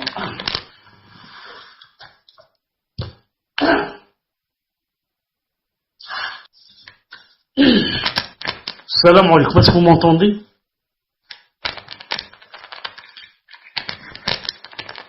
Est-ce que vous m'entendez? Alhamdoulilah. Elle s'appelle Sabah. Elle s'appelle Sabah. Non.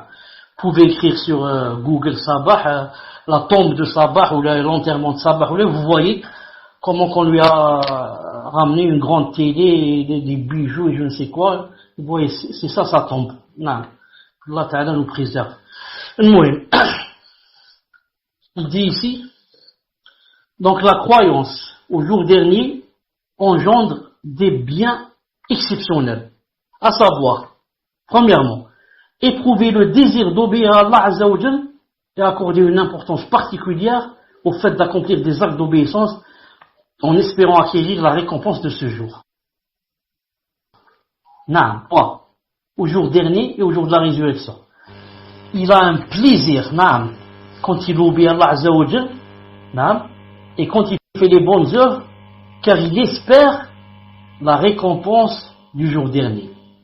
Celui qui ne croit pas au jour dernier donc, et à la résurrection, et qu'il y a un jour il va rencontrer Allah, et qu'il y a châtiment, et qu'il y a rétribution en bien, et qu'il y a paradis et enfer, il ne croit pas en cela. Donc, rien ne le pousse à faire les bons actes. Ça, quoi ça sert? Moi je vais jeûner lundi, ou là je vais jeûner jeudi, ou là je vais prier 5 prières par jour, ou bien je vais donner à ce pauvre, je vais lui donner 30 €. Pourquoi je lui donne 30 €? J'achète un pantalon pour mon fils. Pourquoi je donne au pauvre? Donc pourquoi je ne crois pas à la rétribution et ce que Allah Ta'ala à préparer pour ceux qui donnent comme ça de l'argent fi sabilillah. Donc celui qui croit, ça l'aide à quoi? Ça l'aide à accomplir des actes d'obéissance en espérant la récompense de ce jour. Ça c'est premièrement. Deuxièmement, éprouver de la peur, de l'effroi lors d'un accomplissement d'un acte de désobéissance par peur du châtiment de ce jour. Celui qui croit à la rencontre d'Allah, quand il fait une mauvaise chose ou il a un péché, surtout si c'est un grand péché, il éprouve de l'effroi. Tandis que celui qui croit pas en Allah, il fait tous les grands péchés du monde et il rit. Et il rit, il te dit, et après, on va mourir, on va devenir poussière. Moi, je veux profiter de la vie. Moi, je profite de la vie au maximum. Mais celui qui croit au jour dernier et qu'il y a un paradis et l'enfer qui attend, s'il fait un grand péché, il ne peut pas dormir toute la nuit. Des fois, il peut rester 15 à 20 jours à un mois sans trouver le sommeil, le vrai. À pleurer jours et nuits pour avoir fait un grand péché. Car il sait ce qu'il attend. Il sait ce qu'il attend pour avoir fait ce grand péché. Mais celui qui ne croit pas en Allah, il fait tous les grands péchés du monde, comme j'ai dit, en riant. Et, pourquoi? Parce qu'il ne croit pas qu'il y a un jour où il va rencontrer Allah et qu'il doit rendre des comptes. Et troisièmement, ça permet de se consoler par rapport aux choses de ce bas monde que le croyant n'a pu acquérir. Car il espère en être récompensé, compensé par les délices avec S, de l'au-delà que Allah Ta'ala a promis aux croyants. Donc, la troisième des choses que procure le fait de croire au jour de la résurrection, c'est la consolation. Quand le croyant n'est pas arrivé, par exemple, à ses projets, ou n'a pas eu ce qu'il espérait, n'a pas pu acheter telle maison, telle voiture, tel ceci, tel cela, il est quoi? Il patiente. Pourquoi? Car il espère que Allah Ta'ala va le compenser demain quand il sera dans le paradis. Non. Contrairement donc au kafir. Au kafir, quand il n'a pas la chose, il peut même se suicider. Beaucoup de fois se suicident pour une affaire qui n'a pas marché. Une fois j'ai vu sur internet, un japonais, je crois, Mohim, il a les yeux tirés. La bourse, vous connaissez la bourse, c'est quoi la bourse d'argent? C'est comme la banque. Et ça affiche les résultats, voilà, le yen ou le dollar, est-ce qu'il est monté, il est descendu? Et lui, qu'est-ce qu'il fait ce japonais? Ça se voit que c'est un grand homme d'affaires, comme on dit. Assis, en face de l'écran, c'est-à-dire il attend les résultats, avec un pistolet sous son menton et son doigt sur la gâchette. Et vous pouvez voir ça sur internet. Vous écrivez sur Google mort en direct, je crois. El-Mohim. Et donc son doigt sur la gâchette est en train de voir quoi? En train de voir les résultats. Ensuite, à un certain moment, le résultat est sorti et il s'est tiré la balle. La balle donc sous sa gorge. Allahu Akbar. Pourquoi? Parce qu'il n'espère pas qu'il y a de l'au-delà, il n'espère rien. Donc, il a perdu son affaire, c'est trop tard. Il doit mourir. Un croyant, non. Un croyant, qu'est-ce qu'il va dire dans un cas pareil? قدر الله ما شاء فعل اللهم أجرني في مصيبتي واخلف لي خير منها إنا لله وإنا إليه راجعون. Et il va le faire patienter. Pourquoi? Il sait que c'est interdit de se suicider. Et il sait que ça rentre dans le décret. C'était écrit que cette affaire n'allait pas réussir. Il dit, Alhamdulillah ala kulli hal. Et voilà la grande différence entre le croyant et le kafir. Il reste que les mécréants ont renié la résurrection des morts en prétendant que cela relevait de l'impossible. Mais leur prétention est fausse, et ceci, on le verra dans le prochain cours, bi'idhnillahi ta'ala. Subhanakallahumma wa bihamdik, ashhadu an la ilaha illa ant, astaghfiruka wa atubu ilayk. Assalamu alaykum wa rahmatullahi wa barakatuh. La fois passée, on avait parlé un peu du verset, plutôt pas du verset, de la personne qui avait dit au prophète sallallahu alayhi wa sallam, comme quoi, yani, tu étais injuste. Injuste. Non. Si vous vous rappelez, et on a parlé de la divergence, est-ce que, qui était cette personne, même si c'est Dhul Khuwaysira, non. J'ai fait une petite recherche, j'ai trouvé qu'il y avait deux avis, que l'avis le plus fort, que cette personne était une hypocrite. Cette personne est une personne hypocrite, donc kafir. Donc, c'est un kafir. Bien sûr, l'hypocrite, il montre l'islam, alors que dans son cœur, il est kafir. Pour nous, yani, on ne juge d'après les lois islamiques, mais dans son cœur, il est kafir. C'est pour ça qu'il a dit ça au prophète sallallahu alayhi wa sallam. Non. Ça donne pour la première question. Assalamu alaikum wa rahmatullah wa barakatuh. Est-ce qu'il y a du son? Est-ce que vous m'entendez? Alhamdulillah. Donc, chers, nous allons commencer par déjà un premier message. Un message, ça ne sera pas une question, mais c'est un message d'une personne qui tenait à vous remercier. Donc, là, je vais lire ce message. Donc, je ne sais pas si vous m'entendez, chers. Vous n'avez pas mis un. Bon, vous m'entendez, donc chers, vous m'entendez. Donc, message pour Cheikh Chalabi. Assalamu alaikum. Ya Cheikh, Hafidakumullah, qu'Allah vous comble de sa satisfaction dans cette vie et dans l'au-delà. Je voulais vous demander des excuses pour une parole dite sur vous par le passé, car malheureusement j'étais plus proche de l'égarement que de la sagesse, car j'étais endoctriné par le suivi aveugle des tekfiris. Donc aujourd'hui j'ai l'impression d'être un converti et je demande à Allah de me pardonner si j'ai dit une parole contre vous ou mes frères salafiyoun. Maintenant j'ai ouvert les yeux. Et mon cœur, et alhamdulillah, j'ai compris vraiment que je suis un ignorant. Donc il a ouvert ses yeux et son cœur, bifadlillah, et il dit qu'il était un ignorant sans science. Pardonnez-moi, Yachir, pour ma mauvaise compréhension.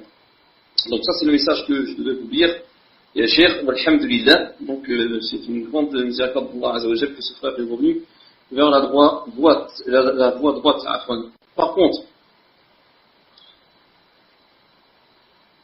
Par contre, subhanallah.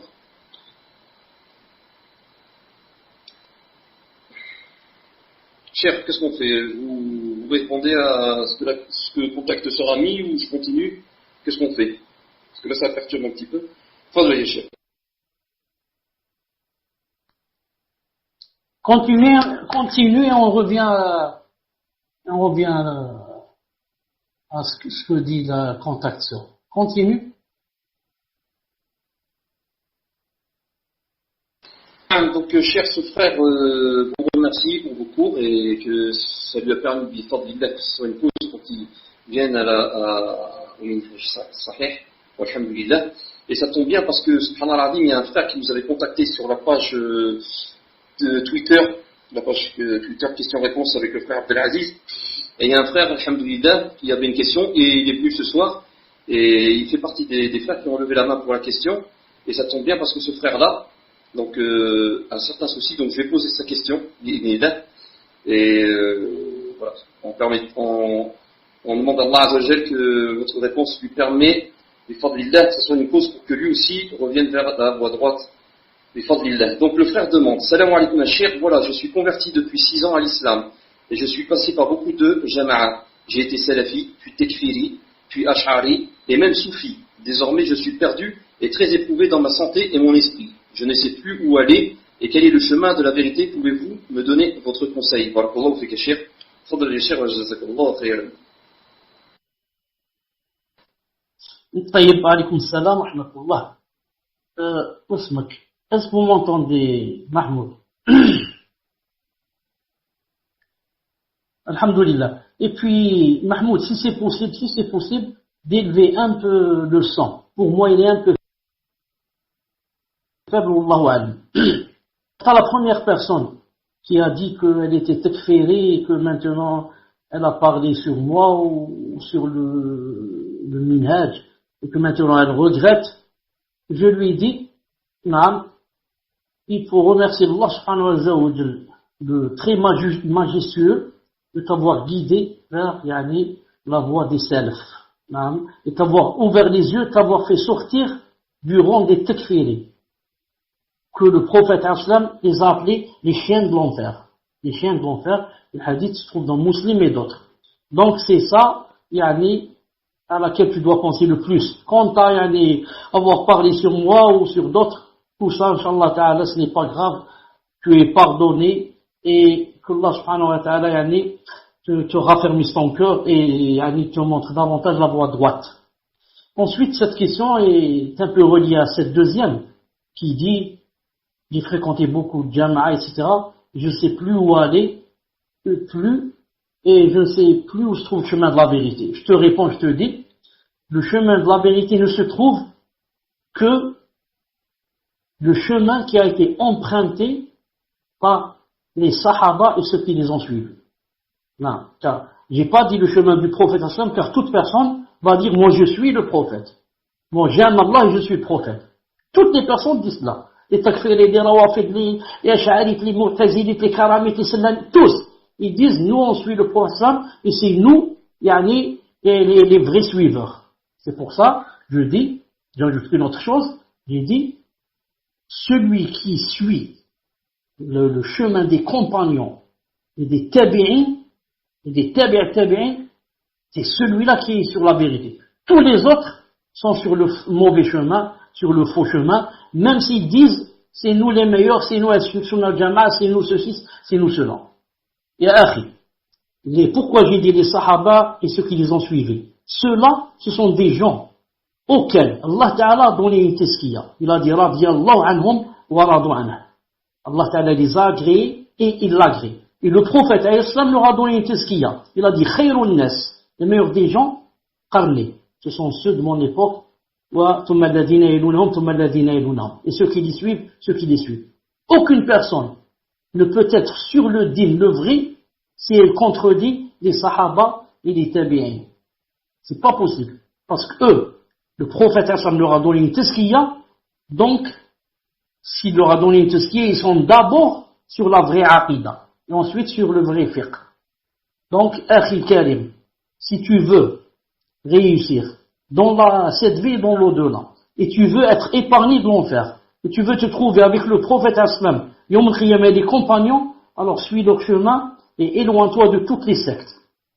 Takfiri, Ahbash, Ash'ari, Mu'tazili, et de toutes les sectes.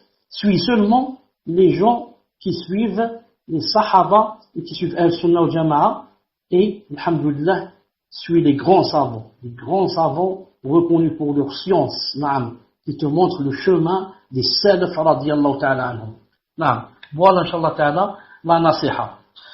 Tfaddal.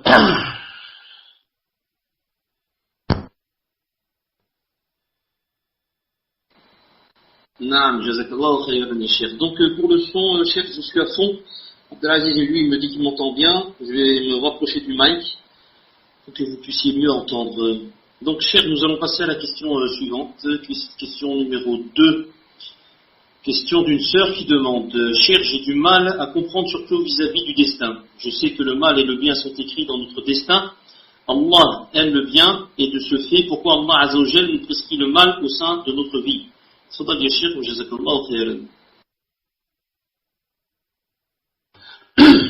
Je voudrais confirmer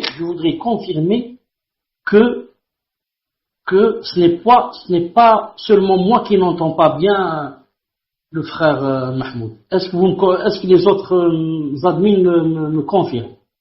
Est-ce que vous l'entendez très bien ou bien c'est seulement moi? On l'entend bien, cher. Ça va. Attendez, je jette un coup d'œil sur moi. Ça, c'est vrai. Afon, c'est vrai. Moi, je vois les haut-parleurs, c'est seulement 50. Donc, il manque 50. Là, c'était 58. Donc, maintenant, c'est à 100%, Inch'Allah Ta'ala. Avant cela, la sœur, si vous me permettez, la sœur contacte sœur à quelque chose. Il y a certains gens, je crois, qui veulent me corriger une chose, Wallahu a'lam. Fadal. Donc, cher, apparemment, de ce que je lis, la sœur demande: est-ce que la Torah sur les 4 points que l'on a vus dans le cours est obligatoire? Car on dit que c'est faux. On a vu la parole de Cheikh Saadi répondre sur le verset par rapport aux anges et à Allah. avons vu.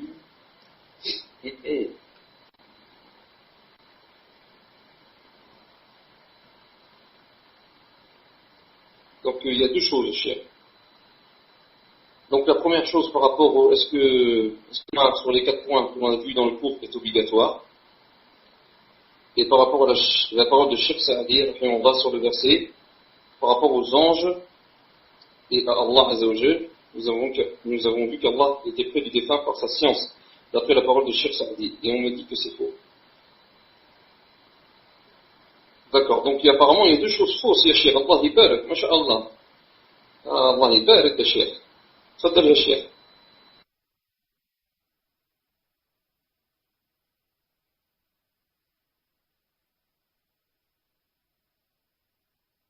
طيب, donnez-moi, Inch'Allah Ta'ala, une seconde. Une ou deux, bi'idnillahi ta'ala. Une ou 2 secondes, bi'idnillahi ta'ala. Assalamu alaikum wa rahmatullahi wa barakatuh. Donc je me permets de prendre le mic, car il y a des personnes qui écoutent via la radio. Et donc c'est histoire de ne pas laisser de blanc. Donc on rappelle que les cours des 3 fondements sont le samedi à partir de 20h, Inch'Allah. Donc le samedi à partir de 20h. Et Cheikh revient dans quelques secondes, Inch'Allah. Barakallahu fikum.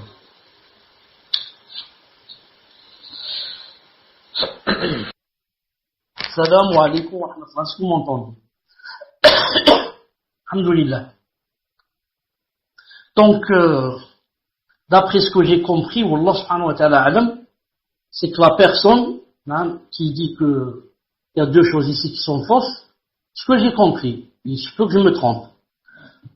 Et Annie, ce n'est pas dans le sens de voilà, Annie, c'est une faute, si vous pouvez corriger, mais dans le sens, Annie, reproche et blâme. C'est faux. C'est faux ce qu'il a dit, c'est faux, comme ça. Ce qui prouve que il y a quelque chose dans le cœur qui ne va pas bien. Ça, c'est un manque de aide, bien sûr. J'ai dit, c'est pas comme ça qu'on dit. On dit pas c'est faux. C'est pas comme ça. Non. On dit que, par exemple, moi j'ai lu que le contraire de ce qu'il dit. Par exemple, c'est pas grave. Pas grave. Donc, puisque la personne a dit que c'est faux, donc moi je vais lui prouver que ce que j'ai dit, ce sont les savants qui l'ont dit, c'est pas de ma tête. Ensuite je demande à la personne qu'elle donne, elle, les choses qui sont fausses et sur quoi elle aussi s'est basée. Car c'est facile de dire à n'importe quelle personne c'est faux ce que tu dis. Mais prouver que c'est faux, c'est pas donné à tout le monde. Donc la personne dit que, bon j'ai dit que c'était obligé de dire avant chaque prière, à la fin c'est obligé de dire la personne dit non, c'est pas vrai, c'est pas obligé. Alors qu'elle écoute ce qui suit.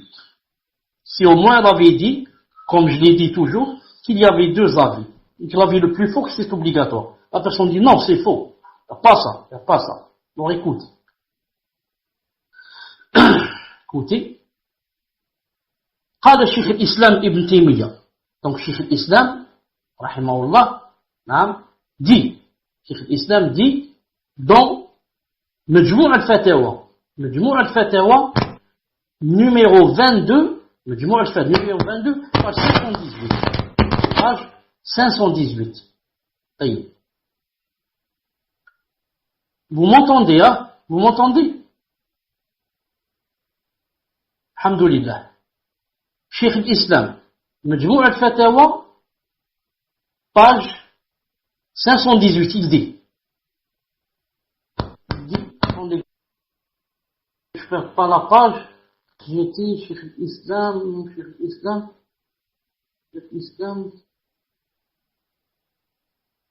al-Islam, Afouane, tome numéro 22, page 518, 22, page 518, il dit, بل قد ذهب طائفة من سلف الخلف. Il y a un groupe parmi les salaf et les khalaf qui sont d'avis إلى أن الدعاء في آخرها واجب que la dua à la fin de la salat est obligatoire وأوجبوا الدعاء et ils ont rendu obligatoire الدعاء الذي أمر به النبي صلى الله عليه وسلم آخر الصلاة. Ils ont rendu obligatoire la dua qu'a ordonné le prophète sallam آخر الصلاة بقوله lorsqu'il a dit إذا تشهد أحدكم si quelqu'un fait le tashahhud فليستعذ بالله من أربع qui se réfugie auprès d'Allah de quatre choses من عذاب جهنم ومن عذاب القبر ومن فتنة المحيا والممات ومن فتنة المسيح الدجال. رواه مسلم, rapporté par Muslim. وغيره et d'autres. C'est toujours la parole de Cheikh l'Islam. Ensuite il a dit وكان طاووس le tabi'i très connu كان يأمر من لم يدعو به أن يعيد صلاة. Et Taous ordonnait à celui qui disait pas ces quatre choses à la fin de la salat de recommencer sa salat. وهو قول بعض أصحاب أحمد. Et c'est aussi l'avis de certains compagnons de Ahmed. Ça c'est par rapport au Cheikh l'Islam. Deuxièmement, Cheikh Ibn Uthaymin rahimahullah ta'ala dit dans Sharh al-Mumti' tome 22, non attendez, où est-ce qu'il dit ça Afwan? Cheikh Ibn Uthaymin, Sharh al-Mumti' tome 3, page 199, page 200. Écoutez ce que dit Cheikh Ibn Uthaymin rahimahullah. وفي التعوذ من هذه الأربع قولا. Et par rapport à cette dua, par rapport à cette dua, il y a deux avis. Le premier avis, أنه واجب, c'est obligatoire. وهو رواية عن الإمام أحمد. Et c'est une version de l'imam Ahmed rahimahullah ta'ala. نعم. Il a dit القول الأول أنه واجب لما يلي. C'est obligatoire à cause de ce qui suit. Premièrement, les amr al-Nabi sallallahu alayhi wa sallam, car le prophète sallallahu alayhi wa sallam a ordonné cela. Deuxièmement, les shiddati khatariha wa idamiha. Et deuxièmement, c'est obligatoire car c'est très grave, ces quatre choses sont des choses vraiment graves, des grandes fitna. Et la deuxième parole, il a cité que c'est seulement sunnah, ce n'est pas obligatoire. وبه قال جمهور العلماء. Et que c'est l'avis de la plupart des savants. Ils disent que c'est seulement sunnah. Ensuite, Cheikh Ibn Uthaymin dit ولا شك أنه لا ينبغي الإخلال بها. Et ce qu'il faut savoir, il n'y a pas de doute qu'on ne doit pas délaisser cela. لا ينبغي الإخلال بها. فإن أخل بها, si maintenant il ne dit pas ces quatre choses, فهو على خطر, il est en danger من أمرين, danger de deux choses. Premièrement, l'ithme, les péchés. Deuxièmement, أن لا تصح صلاته. Deuxièmement, que sa prière devienne invalide.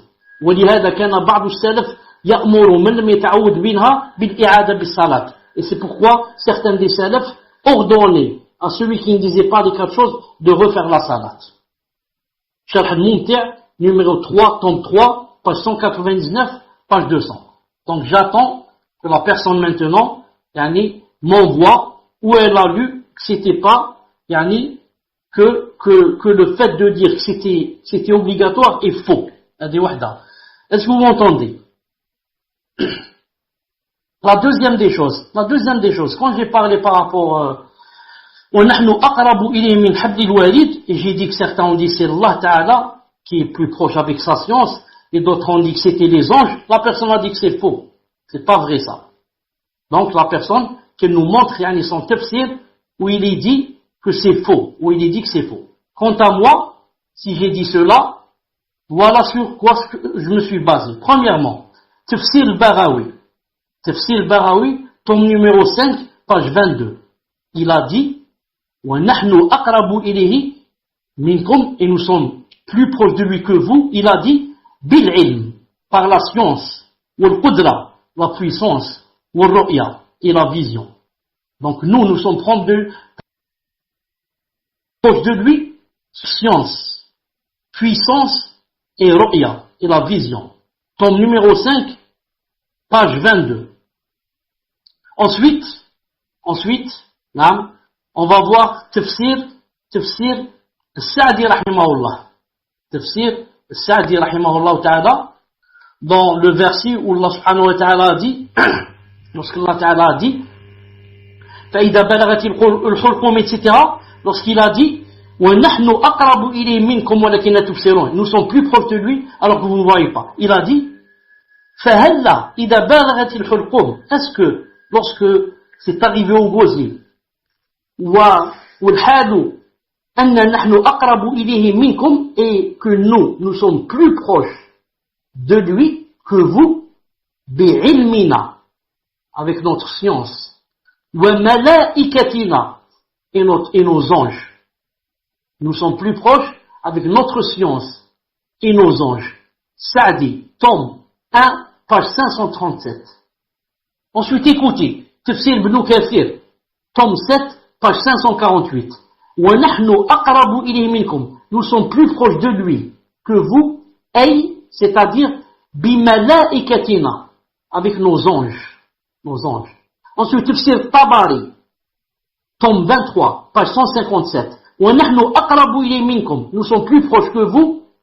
يقول وَرُسُلُنَا الَّذِينَ يَقْبِضُونَ رُوحَهُ أَقْرَبْ إِلَيْهِ مِنْكُمْ, et nos anges, c'est-à-dire ceux qu'on a envoyés, on a envoyé ici, Rasul, c'est-à-dire les anges, et les anges que nous avons envoyés pour prendre son âme sont plus proches que vous. Voilà, il y a bien sûr d'autres tafsir, je n'ai pas eu le temps, c'était quelques minutes pour revenir avec ça. Et maintenant, j'attends la réponse, de la personne qui a dit que c'est faux, qu'elle nous montre où elle l'a lu et nous donne les dalils que c'est faux. Sinon, la personne, elle a fait un grand péché, qu'elle fasse le repentir, elle a parlé de sa tête, car elle a parlé de sa tête, et ne savait pas. Et je profite pour vous citer un verset ici, regardez ce verset, donnez-moi une seconde, je vous ramène un verset, une seconde, كفرتم به ثم كفرتم به. Regardez ce verset où Allah subhanahu wa ta'ala dit. Regardez ce verset où Allah subhanahu wa ta'ala dit.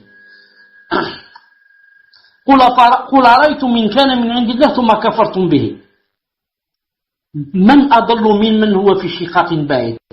Regardez ce que ça donne en français. Dit, voyez-vous si ceci, le Coran, émane d'Allah et qu'ensuite vous le reniez, qui se trouvera plus égaré que celui qui s'éloigne dans la dissidence.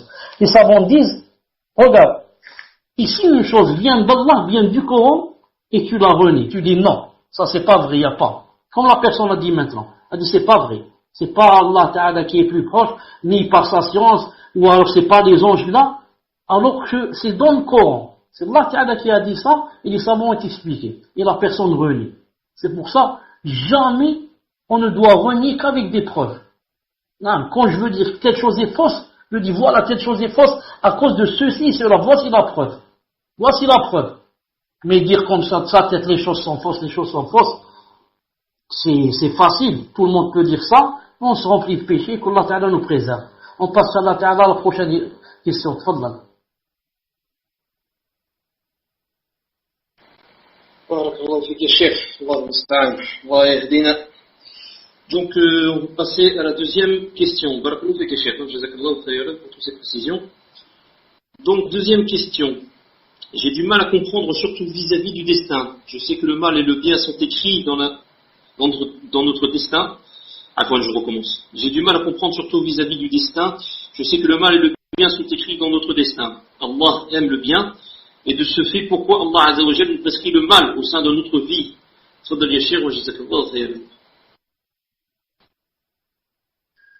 Franchement, pour moi, la question n'est pas très claire. Mais une seconde. Cheikh, en fait, la sœur demande, elle sait très bien que ce qu'on fait, c'est dans notre destin. Mais elle dit, Allah aime le bien. Donc pourquoi Allah Azza wa Jalla nous prescrit le mal au sein de notre vie? Voilà. Donc elle demande pourquoi fait-on des choses de mal? Pourquoi Allah Azza wa Jalla nous a prescrit de faire ces choses mal, alors que non. Vous l'avez très bien expliqué dans le cours de l'échelle. Ce qu'il faut savoir, et là on l'a dit plusieurs fois, le mal, ce sont les créatures qui le font, pas Allah subhanahu wa ta'ala. Allah Ta'ala a créé le mal Ça, c'est pas Shaitan qui a créé le mal, c'est Allah Ta'ala qui l'a créé, mais Allah Ta'ala ne t'a pas ordonné de le faire. Tu l'as proscrit, hein, et t'as dit c'est interdit de le faire. C'est pour ça que si la personne parle du mal qui nous arrive, par exemple que les gens nous fassent du mal ou là, ça peut rentrer dans ça peut rentrer dans l'épreuve. Les messagers, on leur a fait du mal. Non. Ils ont été frappés, ils ont été tués, certains d'entre eux ont été égorgés, comme Zakaria. Non. Donc, si elle parle de ce mal que les gens nous font, je lui dis, ça c'est une épreuve. Allah Ta'ala veut voir de toi si tu patientes ou tu ne patientes pas. Les Rasul et les prophètes ont eu des adversaires, des ennemis, des shayatins parmi les êtres humains et les djinns. Et Allah Ta'ala nous a demandé de patienter. Mais si elle veut dire par mal, ce qu'on fait nous, si on boit de l'alcool, si on fait ceci, si on boit ci, ça, c'est pas Allah Ta'ala qui l'a écrit. Allah Ta'ala, a écrit sur la tablette réservée seulement ce que tu allais faire. C'est pas lui qui l'a écrit dans le sens il t'a forcé à le faire. Il a écrit car il savait que tu allais le faire. Sinon, il t'a interdit de le faire. Et si Allah Ta'ala nous a forcé de faire le mal, alors pourquoi Yom al-Qiyamah, il nous enjoint de rentrer en enfer? On va lui dire, ya Allah, c'est toi qui as écrit le mal contre nous. Donc il faut bien faire la différence entre ce qui est écrit sur la tablette préservée dans le sens de Allah Ta'ala a su qu'on allait le faire, il l'a écrit, et ce qu'on fait nous, est-ce que les épreuves le mal qui nous arrive des gens et envers lequel on doit patienter. Fadda. Naam, Cheikh, jazakallahu khairan. Donc nous allons passer à la question suivante. Par contre, juste pour dire que les remarques qui avaient été faites, comme quand la personne avait dit que c'était faux ce que vous aviez dit, Cheikh, je précise que ça vient pas de contact sœur, ça vient d'une autre sœur. Car moi-même je n'avais pas compris. Alhamdulillah, maintenant j'ai compris. Donc, prochaine question. Question numéro 3. Une sœur a mis un collier en gage, ne pensant pas que c'était haram, mais elle a su par la suite que plus elle attendait pour le récupérer, plus il y avait de frais en plus. Elle veut savoir si elle a des péchés, si elle paye la somme en plus pour récupérer le collier, car si elle a des péchés, elle préfère ne pas le récupérer. Aussi, cher, est-ce que l'on peut utiliser l'argent des intérêts bancaires pour payer des impôts en France? On avait dit une question par personne. Barakallahu fikoum, de respecter la règle. Fadal cher. Je n'ai pas très bien compris qu'est-ce que ça veut dire, la mis en gage. Si elle veut dire ce qu'on appelle en arabe rahn, est-ce qu'elle parle du rahn? Le rahn, c'est, par exemple, une seconde. Donc je disais rahn, si vous savez ce que c'est rahn, le prêt sur gage permet d'obtenir un prêt qui sera garanti dans un but. Non, ça il y a en islam. Ça, le rahn, il y a en islam. Et c'est dans Sourate Al-Baqarah, à la fin, Allah subhanahu wa ta'ala, il dit, farihan al-maqbouda. Il dit farihan. Donc le rahn existe en islam, mais, comme a dit le prophète islam, la ighlaq fi rahn. C'est interdit, que la personne, chez qui on laisse par exemple un bijou, je laisse un bijou chez une personne, par exemple, je dis à une personne, prête-moi 1000 euros. Elle me dit non, laisse-moi quelque chose en rahn. Je lui laisse par exemple mes bijoux. Et c'est interdit que la personne, si je peux pas rendre des bijoux, elle me prend tout mon or. Non. Mais on va chez le juge, il va vendre cet or et rendre les 1000 autres au créancier, et ensuite ce qui reste, il le rend à la personne. Donc, maintenant, si, par exemple, ça dépasse un certain temps et ça commence à monter, les intérêts, ça c'est haram. Les intérêts, c'est haram. Il doit me rendre mes bijoux quand je lui rends son argent. Donc la personne ne savait pas qu'il y avait des frais qui montaient, elle ne savait pas, donc elle est excusée. Qu'est-ce qu'elle fait? Elle donne de l'argent pour retirer au plus vite la chose qu'elle a mise en gage, sinon ça va à chaque fois monter davantage. Puisqu'elle ne savait pas, il est excusé pour son ignorance. Mais elle doit au plus vite payer pour récupérer avant que ça devienne davantage, ça devient davantage. Et on ne peut pas payer les impôts avec l'argent de la banque qui est haram. Car les intérêts de la banque, on doit les donner dans le but de s'en débarrasser. On les donne à des nécessiteux dans le but de s'en débarrasser sans escompter la récompense d'Allah. Car on ne peut pas avoir de récompense en donnant quelque chose de haram. Mais pour payer des impôts avec, ça veut dire donc on va les utiliser à nos profits. Donc je fais le haram, ensuite je vais l'utiliser à mon profit, je vais payer les impôts avec, ou alors je vais payer l'essence de la voiture. Tout cela n'est pas possible, mais on doit les donner à des nécessiteux bi'idhnillahi ta'ala et ne pas en profiter personnellement. Fadhal. Jazakallahu khayran ya Cheikh. Donc nous allons passer à la question numéro 4. Question d'une sœur qui demande, qu'Allah vous fasse miséricorde, Amin, concernant la femme, quel est le jugement de répondre au salam à un homme qui n'est pas son mahram? Barakallahu fikum ya Cheikh. C'est-à-dire dans l'eau ou dans l'allée, me semble-t-il, vous en aviez déjà parlé dans un des cours. Tfadhal ya Cheikh wa jazakallahu khayran. Oui, quand tu as remarqué quand tu emploies le mot salam, le programme te répond, il te dit wa alaykoum salam wa rahmatullah. C'est pas moi qui ai répondu, c'est lui. Il est programmé comme ça quand il entend même quand tu parles, naam. Donc je dis, en principe, c'est pas la femme qui commence. C'est pas la femme qui commence. Naam. Mais si quelqu'un commence, les savants ont dit, alors dans ce cas, elle est obligée de répondre, sauf s'il y a fitna. Naam. Certains ont dit, s'il y a fitna, elle a peur de la fitna pour elle-même ou pour l'autre, qu'elle ne réponde pas. Mais si elle est loin de la fitna, elle sait qu'elle a l'habitude d'y répondre, c'est juste un voisin ou quelqu'un d'âgé ou quelqu'un de très jeune ou quelqu'un, il n'y a aucun mal à y répondre bi'idhnillahi ta'ala. Tfadhal.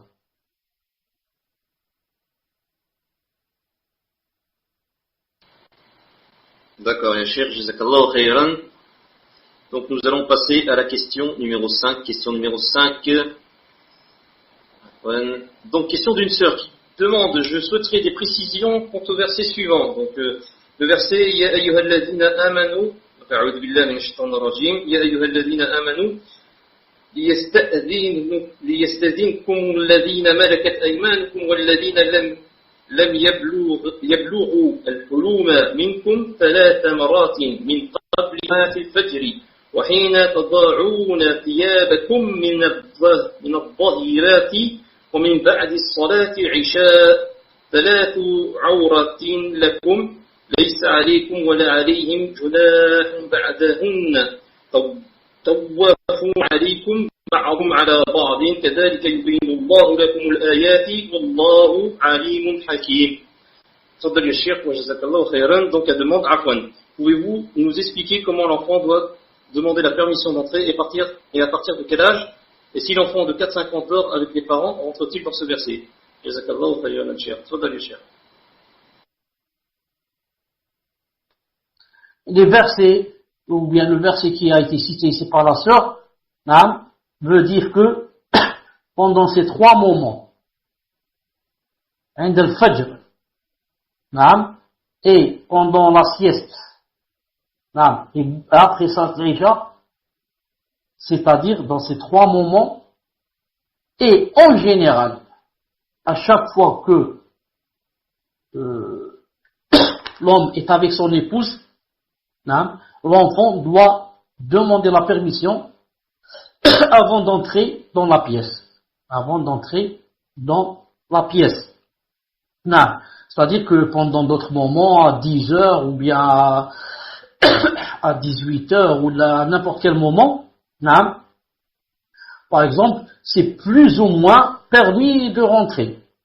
Mais quand c'est les moments où la personne, il y a beaucoup de probabilités que le couple soit, disons, endormi ou bien soit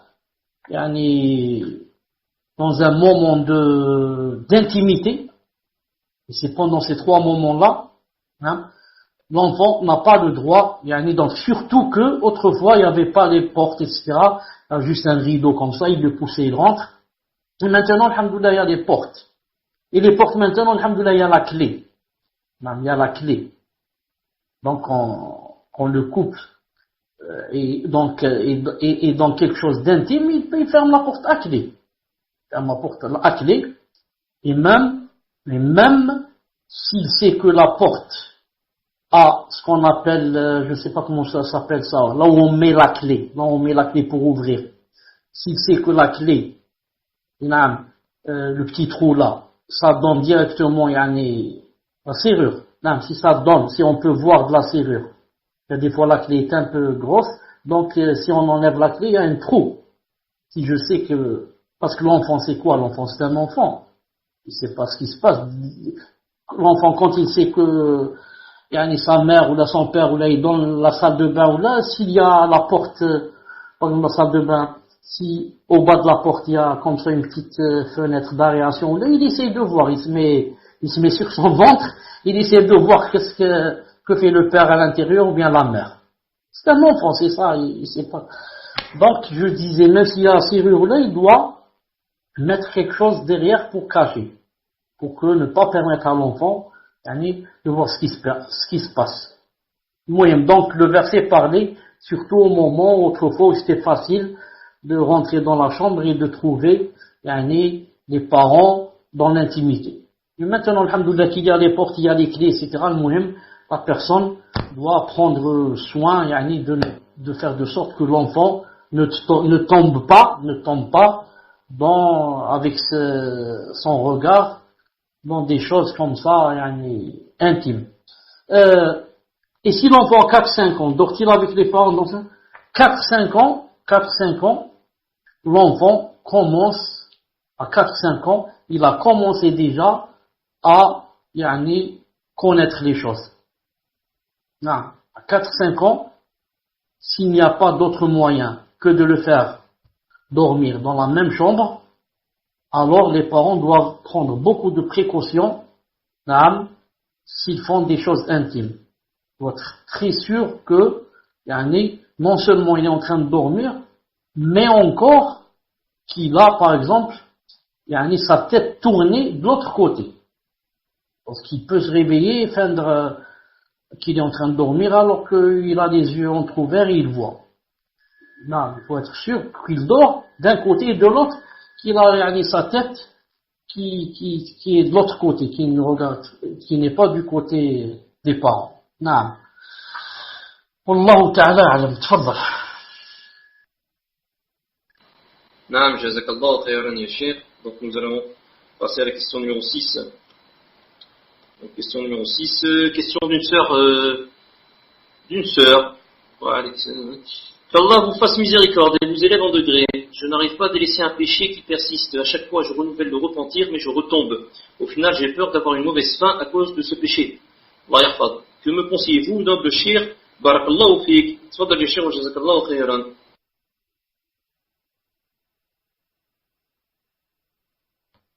Dans un cas pareil, les savants disent, à chaque fois que la personne fait le péché, elle doit le faire suivre de repentir. Et si la personne est vraiment sincère avec Allah subhanahu wa ta'ala, elle doit délaisser le péché. Elle doit. Aucun péché ne doit te commander. C'est toi qui dois te commander. C'est la parole d'Allah et la parole de son prophète qui commandent. C'est le Coran ou le Sunnah qui te fait vivre et te fait marcher. Aucun des péchés, je ne dois le laisser me commander et je deviens son serviteur. Je deviens l'esclave du péché. Je fais tout mon possible pour ne pas y tomber. Et je fais tous mes efforts et je fais beaucoup de doigts. Et si je suis sincère, Allah Ta'ala va l'éloigner de moi. Et ensuite, on fait des doigts bi'idhnillah subhanahu wa ta'ala, et si jamais la personne tombe dans le péché, qu'elle fasse, inshallah ta'ala, le repentir car on ne sait jamais, elle peut mourir. Voilà, pour aujourd'hui, on se suffit à cette question, Inch'Allah Ta'ala, et on continuera, Inch'Allah Ta'ala, dans le prochain cours, bi'idhnillahi Ta'ala, ça suffit pour aujourd'hui, Inch'Allah Ta'ala. سبحانك اللهم وبحمدك أشهد أن لا إله إلا أنت استغفرك وأتوب إليك السلام عليكم ورحمة الله وبركاته